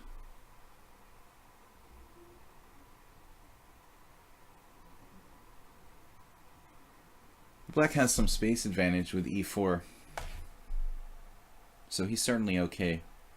It looks like it's some kind of weird reverse classical French or something. Running out of time. I like to use my time. I mean, that's what it's there for. Like, you can't bury your treasures with you when you're dead, you know? Like, the Egyptians and all the stuff they buried with them, like, what good did that do for them, you know, in the afterlife? Am I going to use my time in my afterlife or what, you know?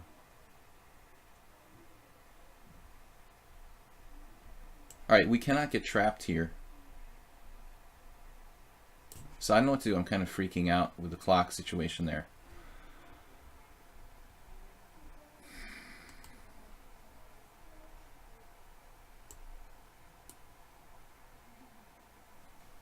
Yeah, it's just reduced to a blitz game now.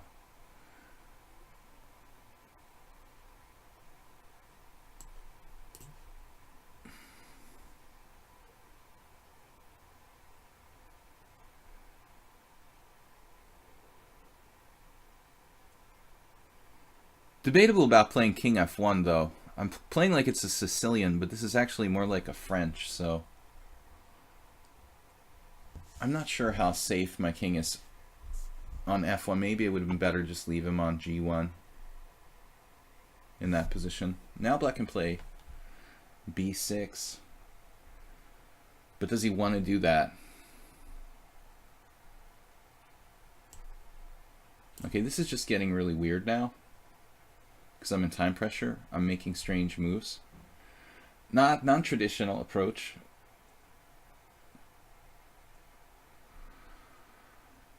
I feel like I need some air. Getting a little claustrophobic here.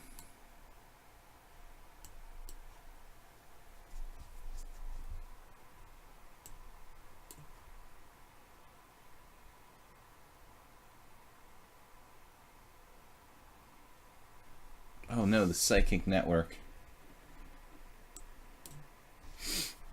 Rook H8.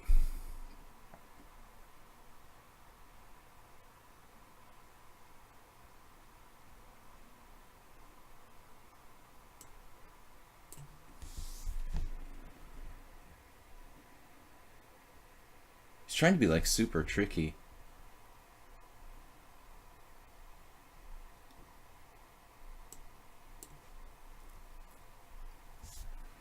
Trying to get in. He was trying to get in some kind of F4 tricks. Tricks only. Now Black has a space advantage. He stopped A5 all the time.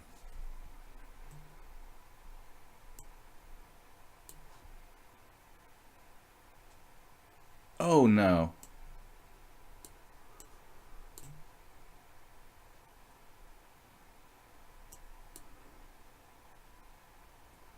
The intermezzo.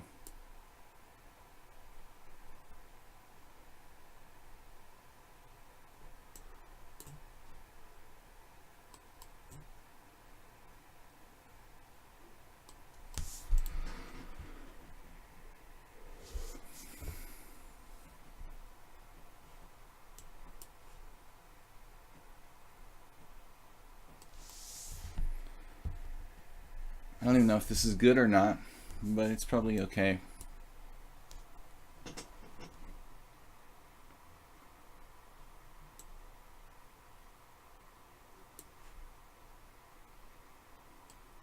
I played B6 because I was concerned there wouldn't be enough pawns left.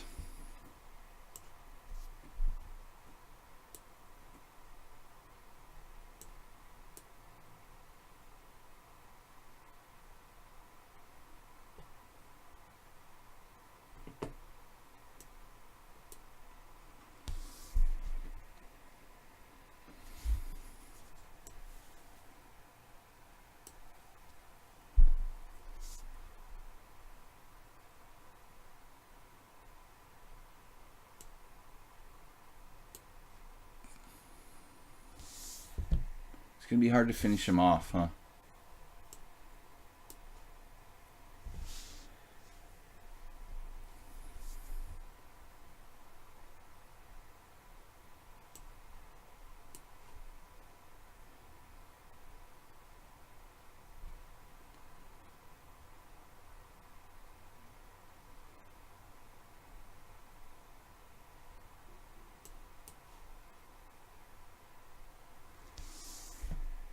think we're going to win this one.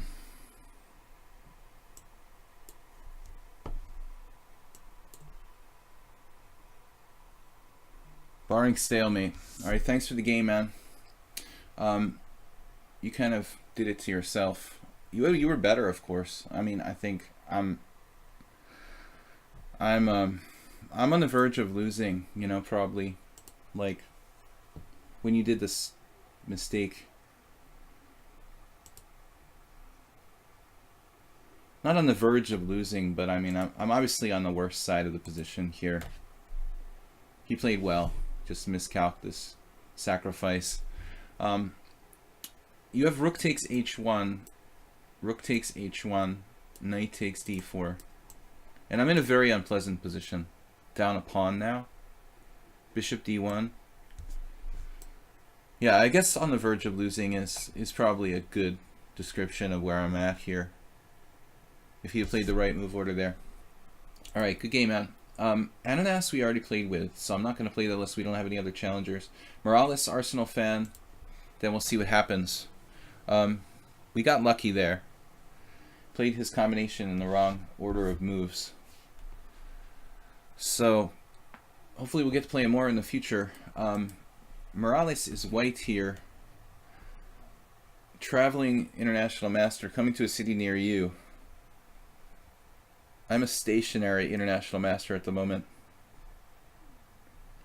Alright, Morales. Guys, we're streaming for like another 40 minutes here. Morales, congratulations. He won our viewer tournament yesterday. He's playing b4. So, alright. According to Andras Adorian, f3, forking knight and king. What was that? e3, right? e3. According to Adorian, this is the best line for black. I guess it's been considered that for a long time. So I just know that one thing that Adorian specifies is that like knight c6 is a move that you don't need to play. It's better not to do that. So just castle and go with like rook e8 and quick pressure along the open file and such. Now this move a3, I don't recall. I've got Adorian's analysis somewhere, but I'm not allowed to look at it now. I assume I just go bishop a5 here. a3 is an unusual move. But I'm not really that up on the opening, so it's just fun. Rook e8. And there's all sorts of like tactics and stuff for black. I always thought, oh well, this is a stupid line because you're trading a central pawn for a wing pawn. But I'm not so sure. What can I do now, though? Knight c6 makes some sense. Anyway, Morales, congratulations on winning the viewer tournament yesterday, Halloween edition. Every week on Tuesday, we do the opening. The knowledge is from the Palliser's book, Beating the Unusual Openings. What's that, Master of Life? Oh, is that in there? Actually, I have that book. Adorian, Master of Life is a subscriber. Master of Life, when did you subscribe? I didn't know you were a subscriber. Thank you for that. Bishop e2. So Adorian mentions the same thing about not bringing knight to c6. I might have read it in the Palliser book too.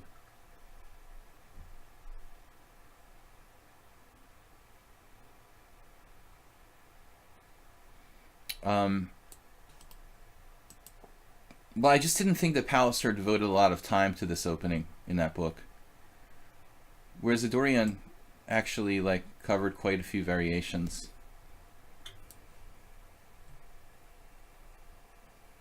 But now you made me curious. I've got both books here, so I will check it out after the stream. That's a really good book. It's like 10 years old, but the Palliser book is good. With unusual openings, I mean, you don't really need like an up-to-the-minute, you know, source. I mean, things don't change that much in these openings. But Morales doesn't have any real tactical issues here. I don't know. I don't feel like I played this right. Black is okay, but we don't have any kind of tactics or like cool attacking chances. A3. This A3 move, it feels wrong, honestly, but what am I supposed to do? Something counterintuitive like bishop c5? That hardly seems right. To check out A3. Very possible my knowledge of this is not as up to date as it needs to be. C4. Okay. I think I have to take. This is actually dangerous for me. Knight e5 doesn't do a whole lot.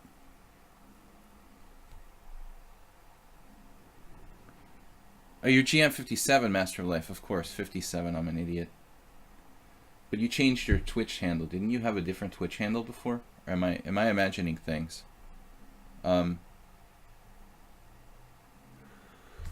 Yeah, he's the guy that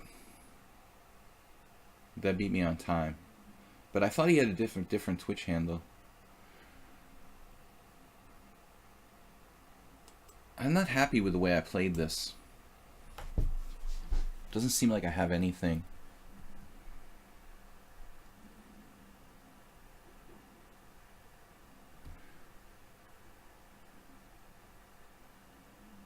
I guess queen d7 is okay.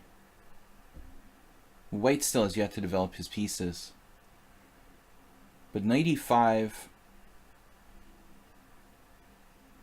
bishop takes e5, rook takes e5, bishop takes f7 check. Like loses a pawn for me.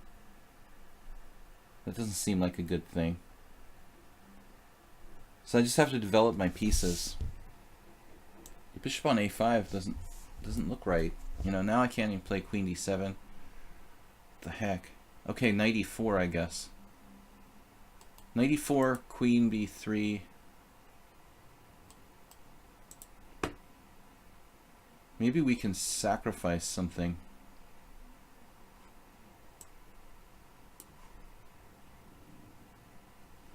But Morales is getting fast.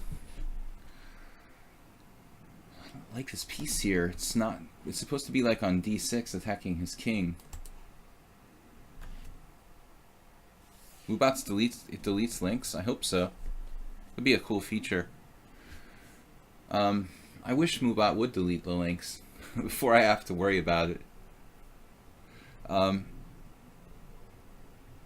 We've got this game with Morales, a time for at least 2 more games. Tomorrow is subscriber stream, tomorrow evening, 7 p.m. CET. If you're from the US, you guys are still, you know, not on, you're still on summertime, so there is a difference by an hour because we've changed the clocks here and USA hasn't, so keep that in mind. Tomorrow, 7 p.m. CET, subscriber stream with game analysis. Bring your games if you're a subscriber, and we'll play some blitz and classical chess too.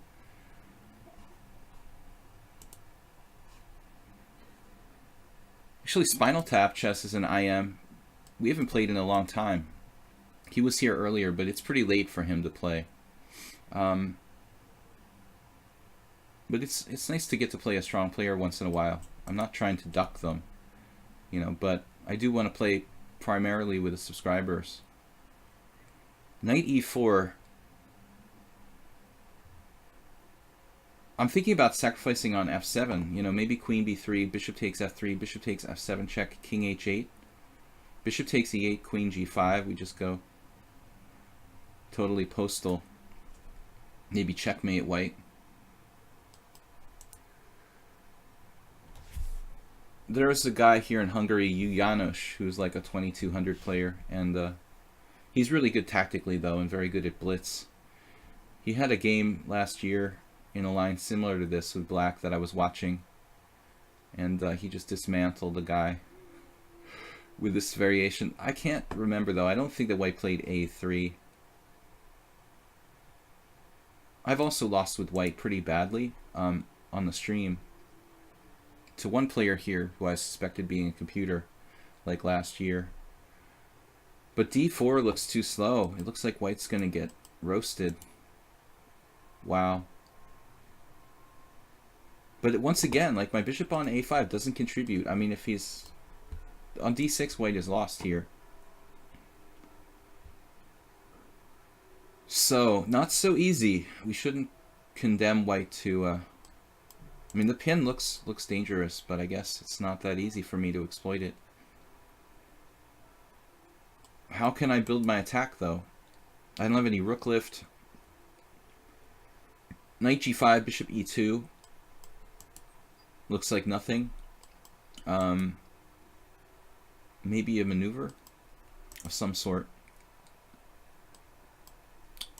Damn, I don't see anything. I don't see anything. What am I supposed to do here? Queen f6, perhaps. Still, it doesn't do anything. Queen f6. Oh, man, I don't know what to do. This is really irritating. I don't feel like I have any attack at all.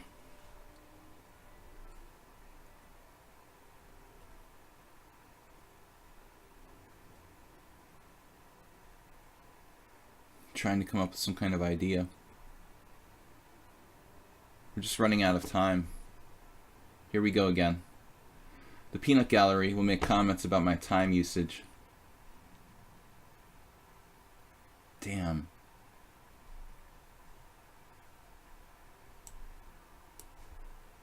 This doesn't seem right.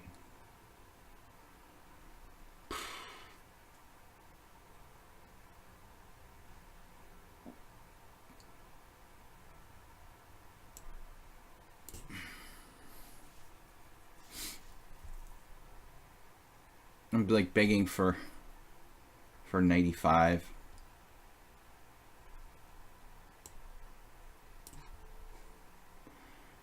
Traded off our redundant bishop on a5 that just was like the bane of my existence.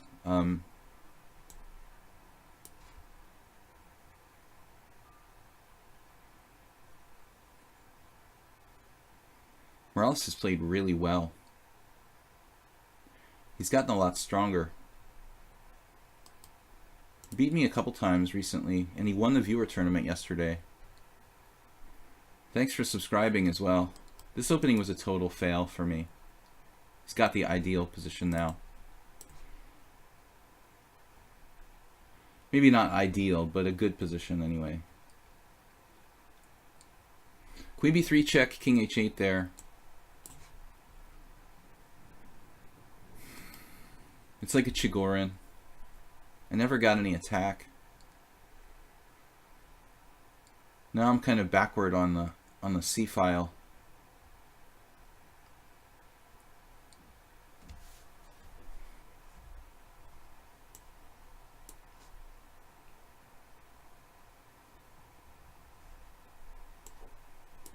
Let's try not to get under 10 seconds so that I can not lose on time again. Oh man. Rook b1.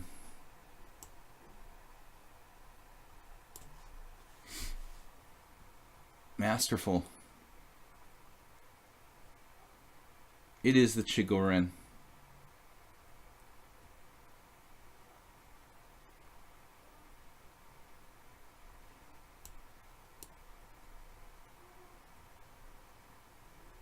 Slightly unpleasant for black.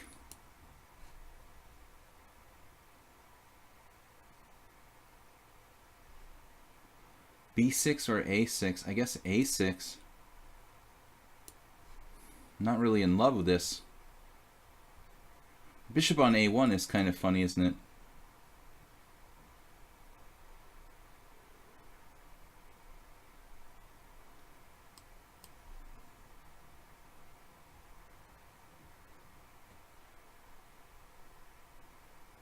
I didn't want this kind of end game.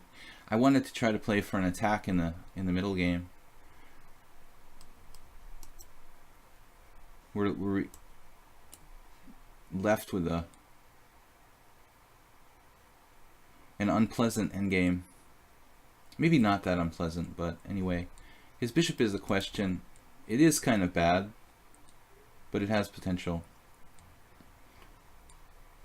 I'm obviously tied down to the pawn here. Doubly defending, triply defending my b7 weakness. We're going to try to reorganize now. Morales is so fast. Damn, dude. If you play a5, that does give me a permanent outpost.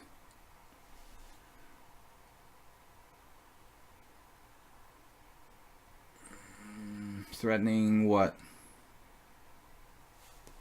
Some tricky tactics.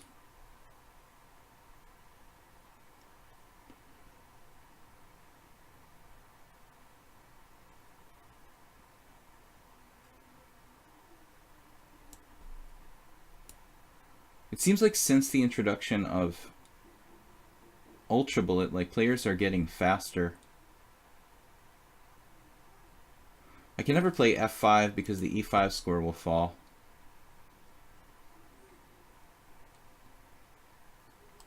Maybe I'll just play some random moves. h5, grabbing some space. Although it would be good to have a plan here.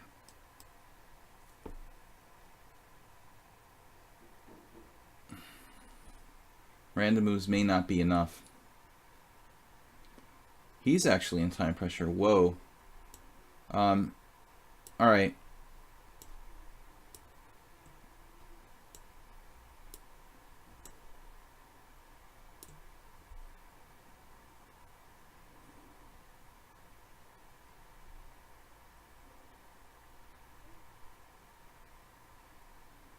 Alright.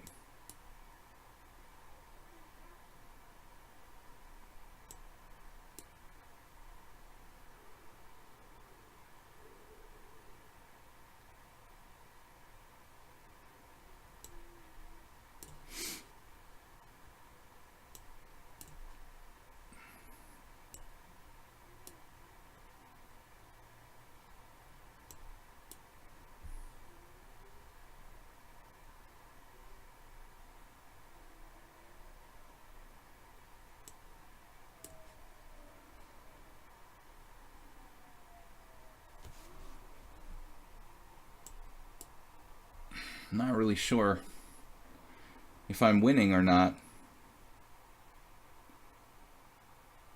I assume I'm better, but not that much, actually. His king is on a rampage. It's a king rampage. Oh no, he took. Which way should I take? Damn it.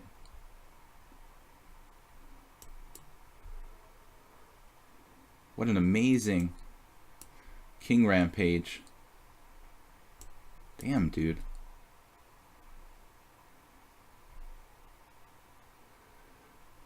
Oh my god, no.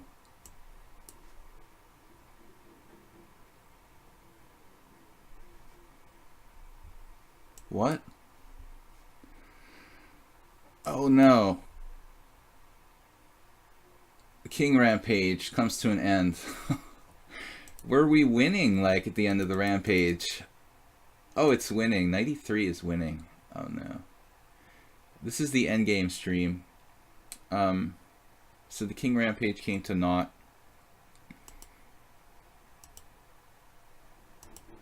Crazy. Bishop on a1. Alright guys, we have time for these last two games. Sparkle Horse against Arsenal Fan. How's Arsenal doing, by the way? They were like 5th in the table the last time I looked. I'm not a big football fan, but sometimes. Let's play the old Dunst opening. 94, E3, whatever. I was just looking for which way I can attack you know, to get to that, defend the pawn, obviously. And I think it also gives me a path to attack f2, doesn't it? I'm going to d1. Yeah, knight e3, knight d1. That's the hidden point. It not only defends g4, but it threatens to play knight d1. And I'll like take the f2 pawn with check. After he plays king, you know, king takes g4 or whatever. Whatever. We need our time. Arsenal fan, I'm playing the Veresov now. I guess the dunce doesn't really have much independent significance, does it? I mean, it just immediately turns into the Veresov. Like, it's not even its own opening, is it? Arsenal fan is going to transpose. This is one good thing if you're a French player. You can just offer a transposition to a known territory here.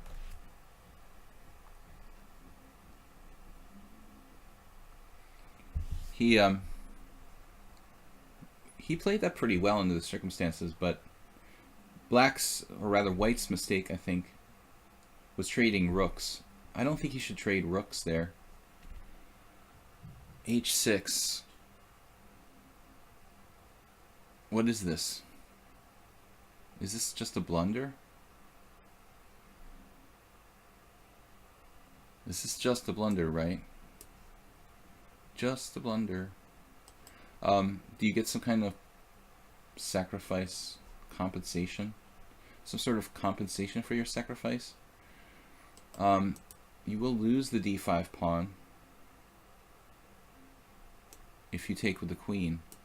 It's Arsenal fan playing with a really crispy kingside structure here.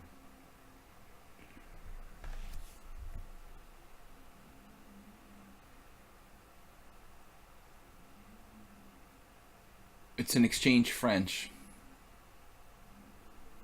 And I've given up my dark squared bishop. So the dark squares we can forget about trying to do anything with the dark squares. But the white squares, we've got serious chances.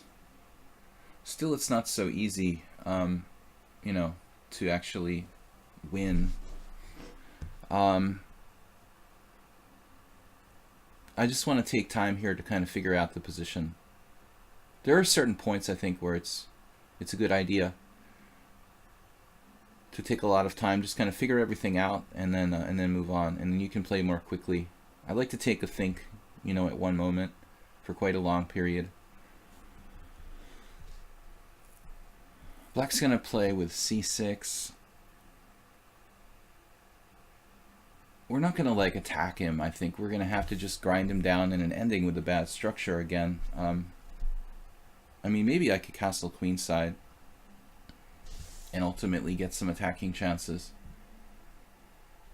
I definitely want to try something with g3.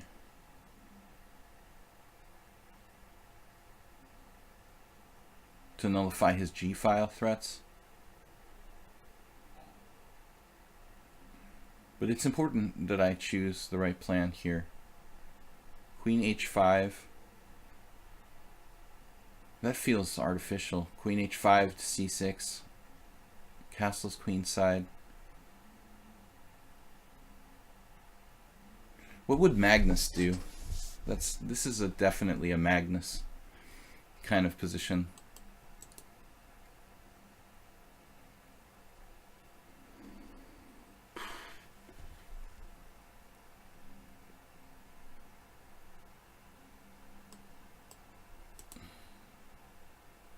Bishop d3.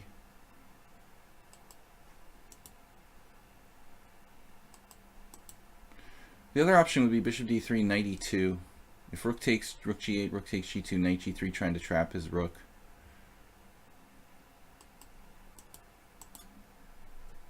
It looks like a Trompowsky. Alright, I don't know. I'm just choosing a plan now at random. I thought forever and it didn't do any good. I still didn't see anything great. I mentioned g3, but not so much with the idea of putting my bishop on g2. My bishop on g2 has no play in that sort of structure. The idea would be different. Now he goes knight c6.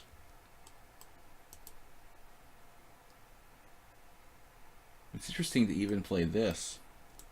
Maybe even knight e2. I don't really like the way this is going down so far. Maybe now queen h5 again. Because he doesn't have a good way to defend. Now it's different. He doesn't have a good way to defend e5. Queen h5. He's got rook g8 there even. Okay, g3.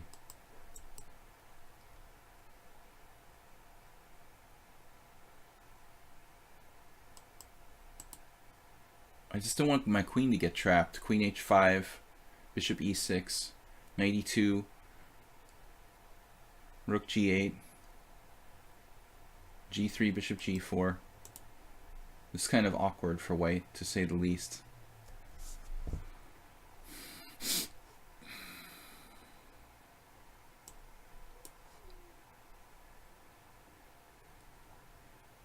Something about this gives me the creeps. I don't know. He's got good play along the file. His bishops are good.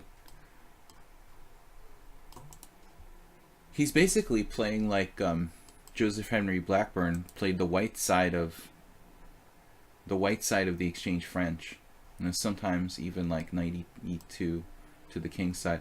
If you look at really old games from the 1800s, you'll see Blackburn play at least one game with white where he like lets his pawns be doubled to get attacking chances along the g file, which is pretty insane.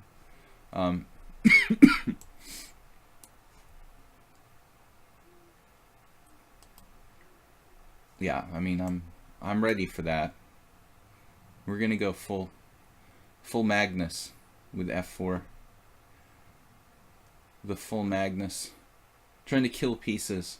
There's a line in the Queen's Gambit Declined where black allows the structure, the isolated f7, f6. Carlsen beat Kramnik last year or 2 years ago. I don't remember. In a Queen's Gambit Declined, and this can happen in that variation where sometimes one of the bishops, sometimes even a bishop on h7 can happen with like a pawn on f5, but this bishop can end up to be kind of a bad piece. Now I think knight b4, okay. I'm fully prepared to play with, you know, 2 knights against 2 bishops here. So I guess we should just get developed.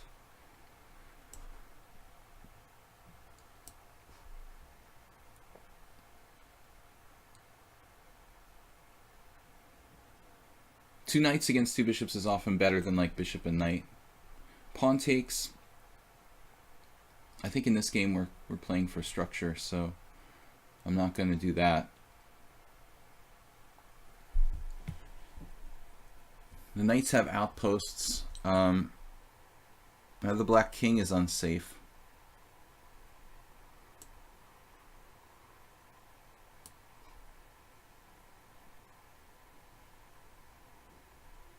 I'm not sure where I want to put this. The other rook, I mean. But we're again in time pressure, so it seems like my use of time actually makes people play for time against me. My time pressure seems to induce people to play for time, and I think you should just play your game and not think about the clock more. Pawn structure was definitely overrated, Photon Man. In the Arsenal's bakery went up in flames. What does that mean? Some sort of inside joke. The yeah, that era with, like, you know, Blackburn, I mean late to mid to late 1800s. Yeah, this is what we're talking about now. He's dropping the d pawn, but most importantly his king is not really safe. So I actually have queen b5 check. I ought to like stop and think before I make moves once in a while. Although, is that even better? King c8, queen takes d5. Not sure that's even better actually. Queen takes d5, queen takes d5, knight takes d5, bishop takes e2. Even if he wins his pawn back, I should probably play knight takes d5 here. I don't know. Alright, I'm running out of time. I don't know. It's possible to play both ways.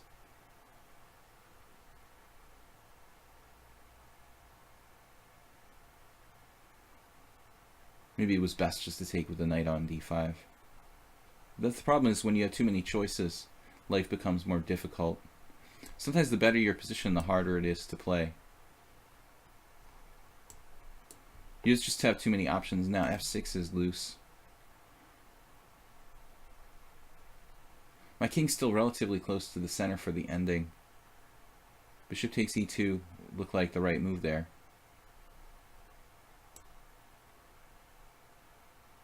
This may not be that simple. If I take, bishop g7. We're just up a clear pawn though. Well, either way. He goes directly for the f4 pawn, or he can play bishop g7. King d1. Little dangerous.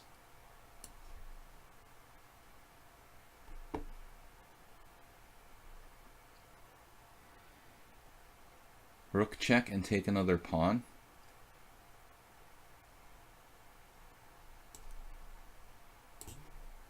Kind of hard to argue with that. Arsenal fan is playing way too fast. We even have mating threats.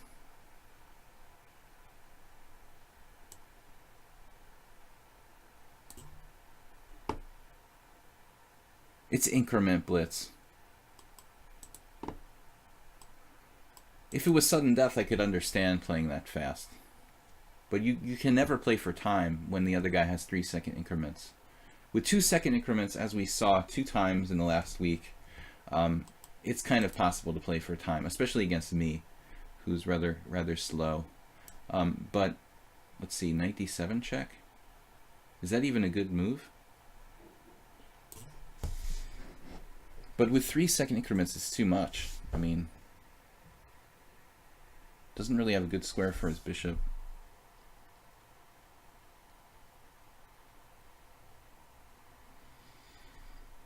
Three seconds, even I'm fast enough to not lose on time. With my very, very weak mouse skills. Bishop e3.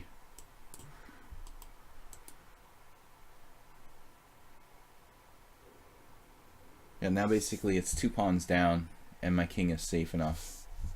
His bishop also doesn't really have a good home.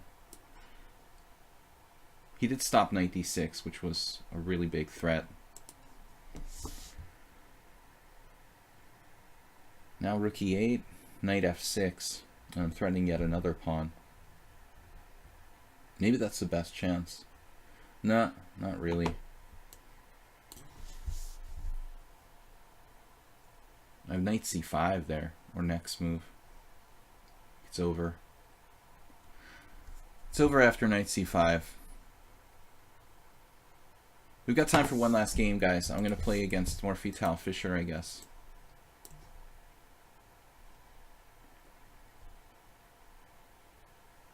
He's close to a mating net. It's probably a mating net for the black king here.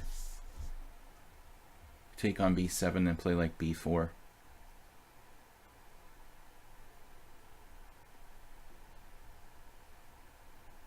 Black's opening interesting, but again, it takes a lot of KG play to justify that pawn structure. I'm curious to see if there's any games that have been played purposely by what, someone doing what Arsenal did, allowing the doubled F pawns. It's one thing if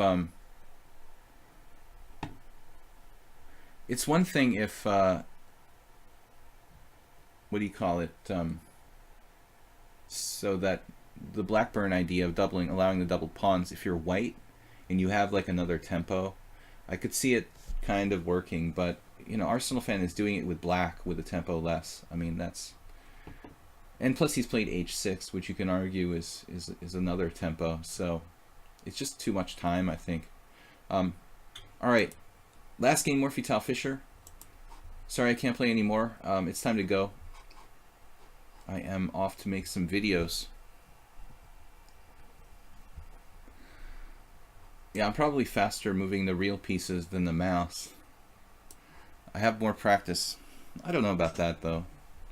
Not lately. Alright. Thank you guys for subscribing. We'll be back tomorrow night with our subscriber stream. Blitz and Classical Chess and game analysis on Thursday night on lichess, 7 p.m. CET. I want to thank all you guys for subscribing.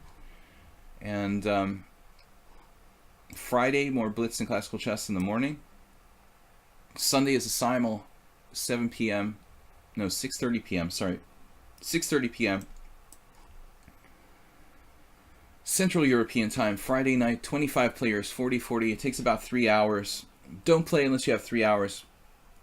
I had like 3 people bail on the games in the first 5 moves, so I hate when that happens. I should have played a normal opening. I should have played an unusual opening. I messed up. I forgot again. Here we are in a mainline Sicilian. Sorry. Anyway, that'll wrap it up for today. Enough unusual openings. Knight takes c6. Knight takes e3. Knight takes d8. Knight takes d1. That's like a slightly better ending for white.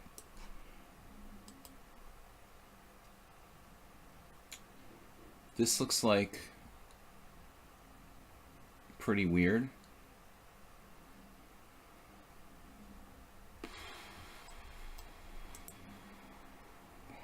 Queen b6, queen f3,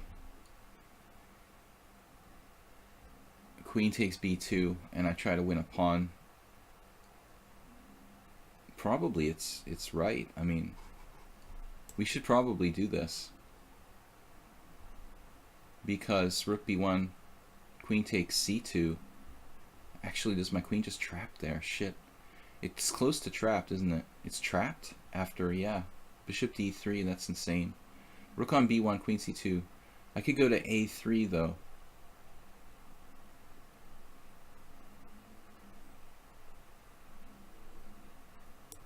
This is really kind of risky for black though. I'm not sure if I should even involve myself in this. I don't have to play queen takes b2 though. You know, maybe I should just play like g6 and a dragon. It's kind of dangerous to take this pawn. I mean, it's kind of asking for it. Queen f3, queen takes b2, rook b1, queen c2, bishop d3, trapping my queen. There's variation A. Variation B is like queen a3. Yes, I can try to play that. Like a poison pawn. Bishop c4, knight e5.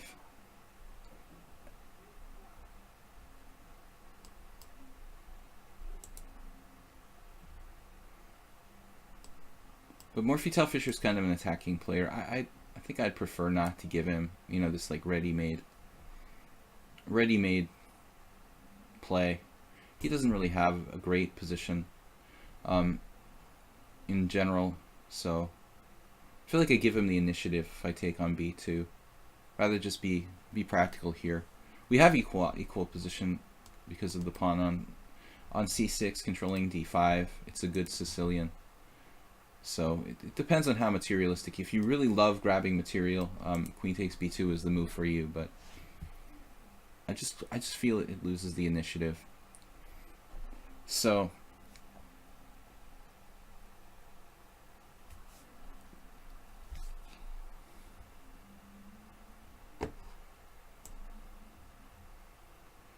any difference now if I play queen takes b2? Well, he has more options. He could just castle or something. I'm not interested. You can have like easy equality or take a pawn and play a precarious position. Precarious. It's up to you. You know, which would you choose? It just slightly better for black or weird position where you're grabbing a pawn. I don't know. I'll take the slightly better. Maybe I'm not. Maybe it's just equal, but I feel comfortable playing black here. As long as white doesn't have control of d5 in the Sicilian, black should be fine. There are many cases of whites taking on c6, and they're usually not good. Anyway, guys, thanks for watching.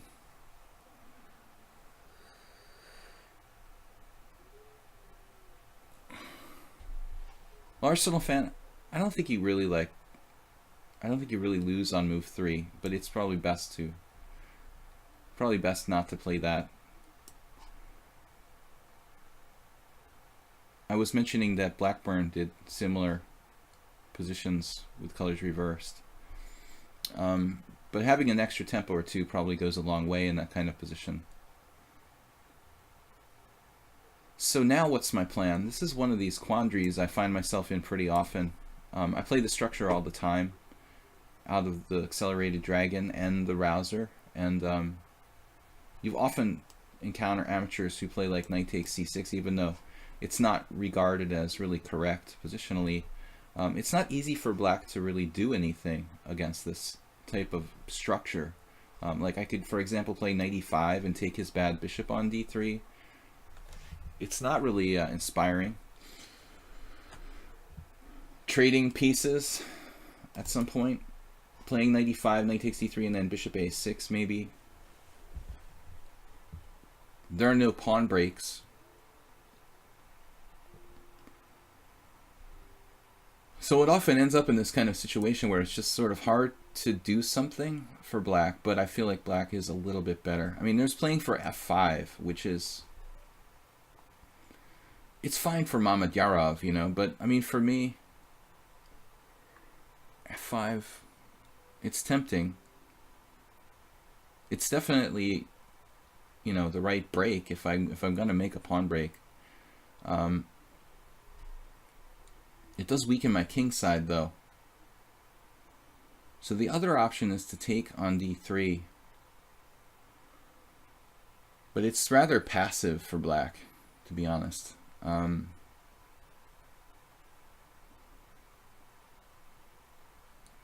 guess a third option could be to play something like bishop e6 and knight c4.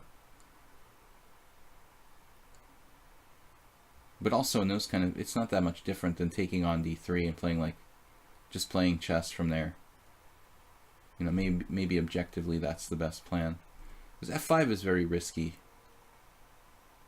You could also just try to take more space with maybe a4 here.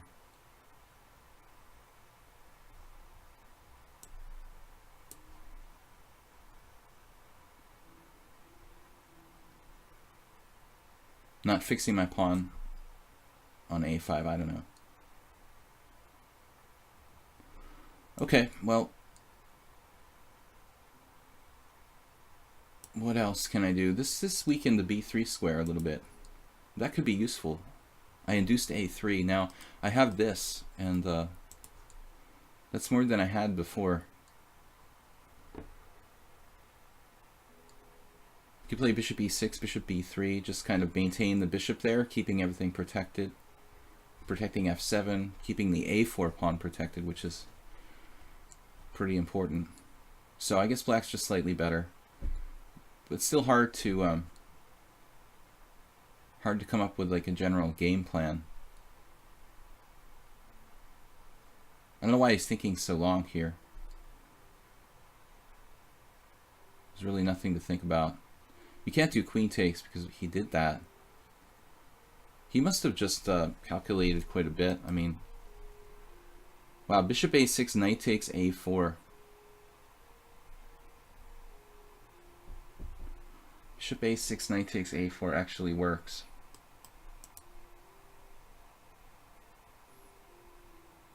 Takes on d3, takes on b6, takes on f1, takes on a8.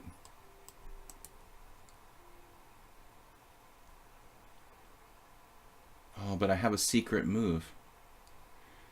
Bishop a6, knight takes a4, queen b5, threatening his knight.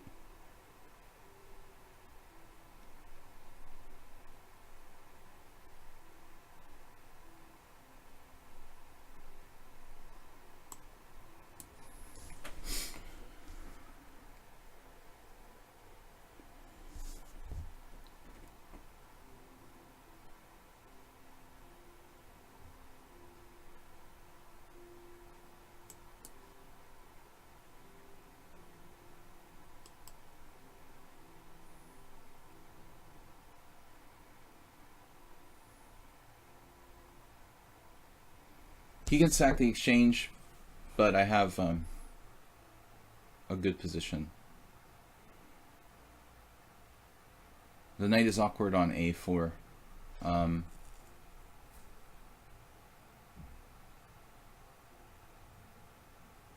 this is awkward. No, I'm thinking of things that aren't possible. Am I? No, maybe not. Maybe I missed something here. I think I missed something. Darn. I missed something. Oh no.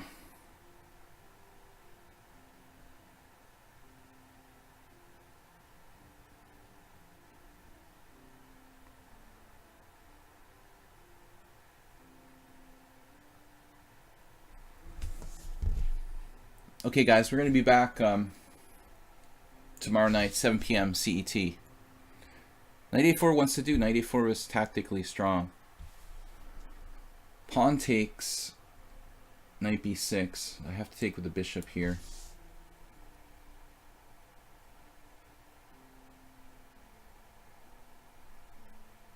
So he has this miracle.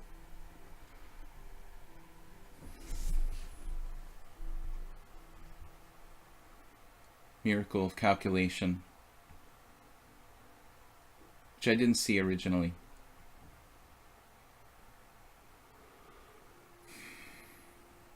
And white is okay. I sacked a pawn. It looks like the best I can do is get it back. The point is c4, or actually he has knight d7. Man, I don't know. I might even be worse here. Hold on a second.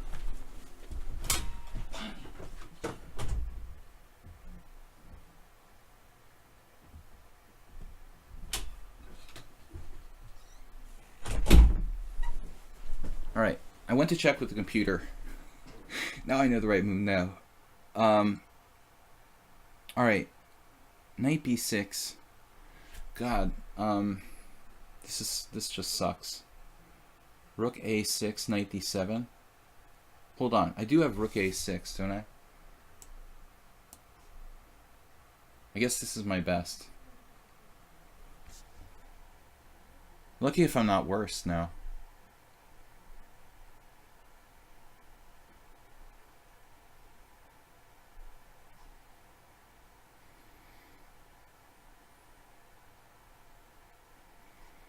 Damn, Morphy Tom Fisher, I thought he was higher rated.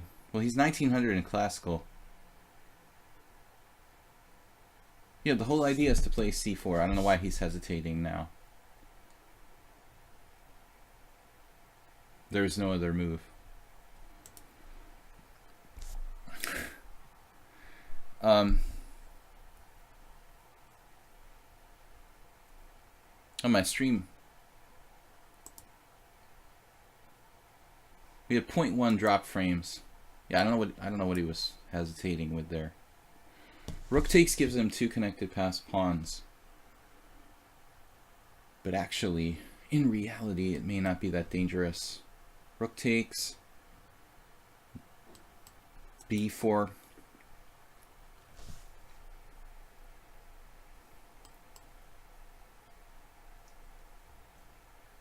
There's also a4.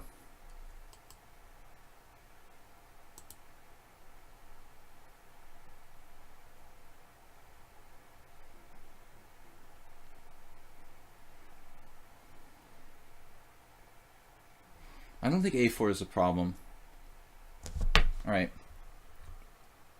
He doesn't have 2 connected passed pawns. I said that, but technically it's not. Okay, this is here. It's still here. And this is a bad move by white. You know, so he has to play either b4 or probably has to play b4 here. I thought b4, rook a8, rook c1, rook takes a3, rook takes c6 with approximately equal, but a position where black has to actually be a little bit careful. But now, if anything, I'm probably better.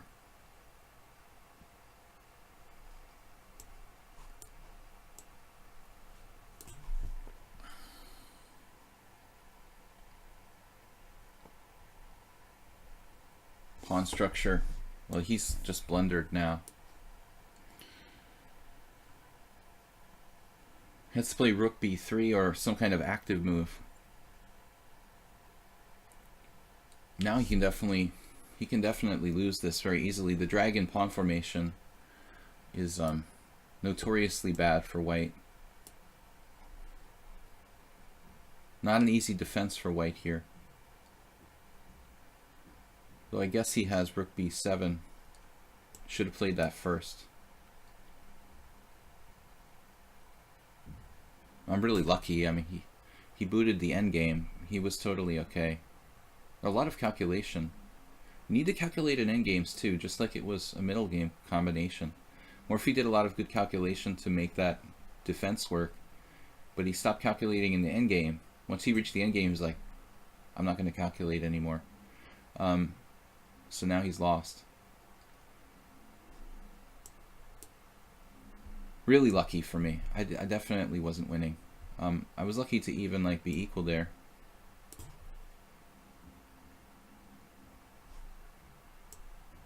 Maybe g5.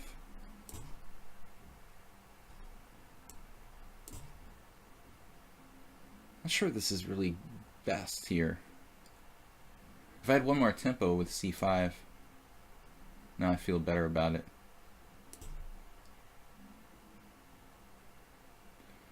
Put his king in the coffin on h2 and just improve our position, I guess.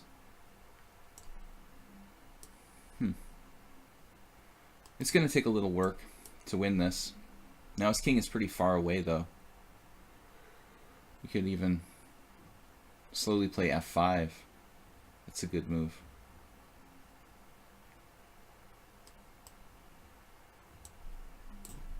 Now we tie his king down. Alright guys, so we're going to take off. It's time to finish. I wonder if this has ever been played before. This was not an unusual opening. There's one game, 2 Hungarians, Kocic against Levitsky. I think I drew with Levitsky once. I think I beat him once too. Queen f3, novelty. g6.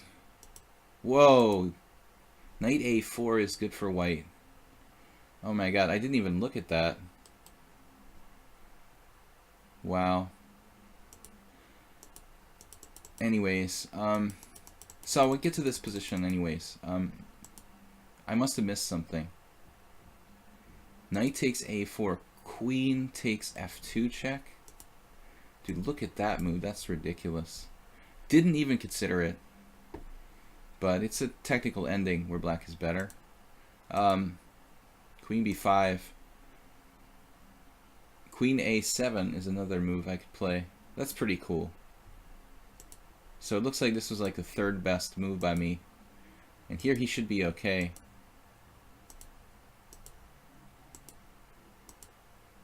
b4. Even b3 is fine. b4, rook a8, rook c1. Rook takes a3. I mean, you have a passed pawn, my friend. So I have to be a little bit careful. Looks like bishop d4. Black holds on with maybe a tiny edge. Anyway, guys, thanks for joining. I will be back tomorrow night, and thanks for subscribing to the stream. Also, check out my YouTube channel, Video Chess Training on YouTube. Interesting games today, and a lot of fun and gameplay. I will see you guys Thursday night. Thanks for watching. Thanks for subscribing. Bye until next time. Subscriber stream on Thursday night, 7 p.m.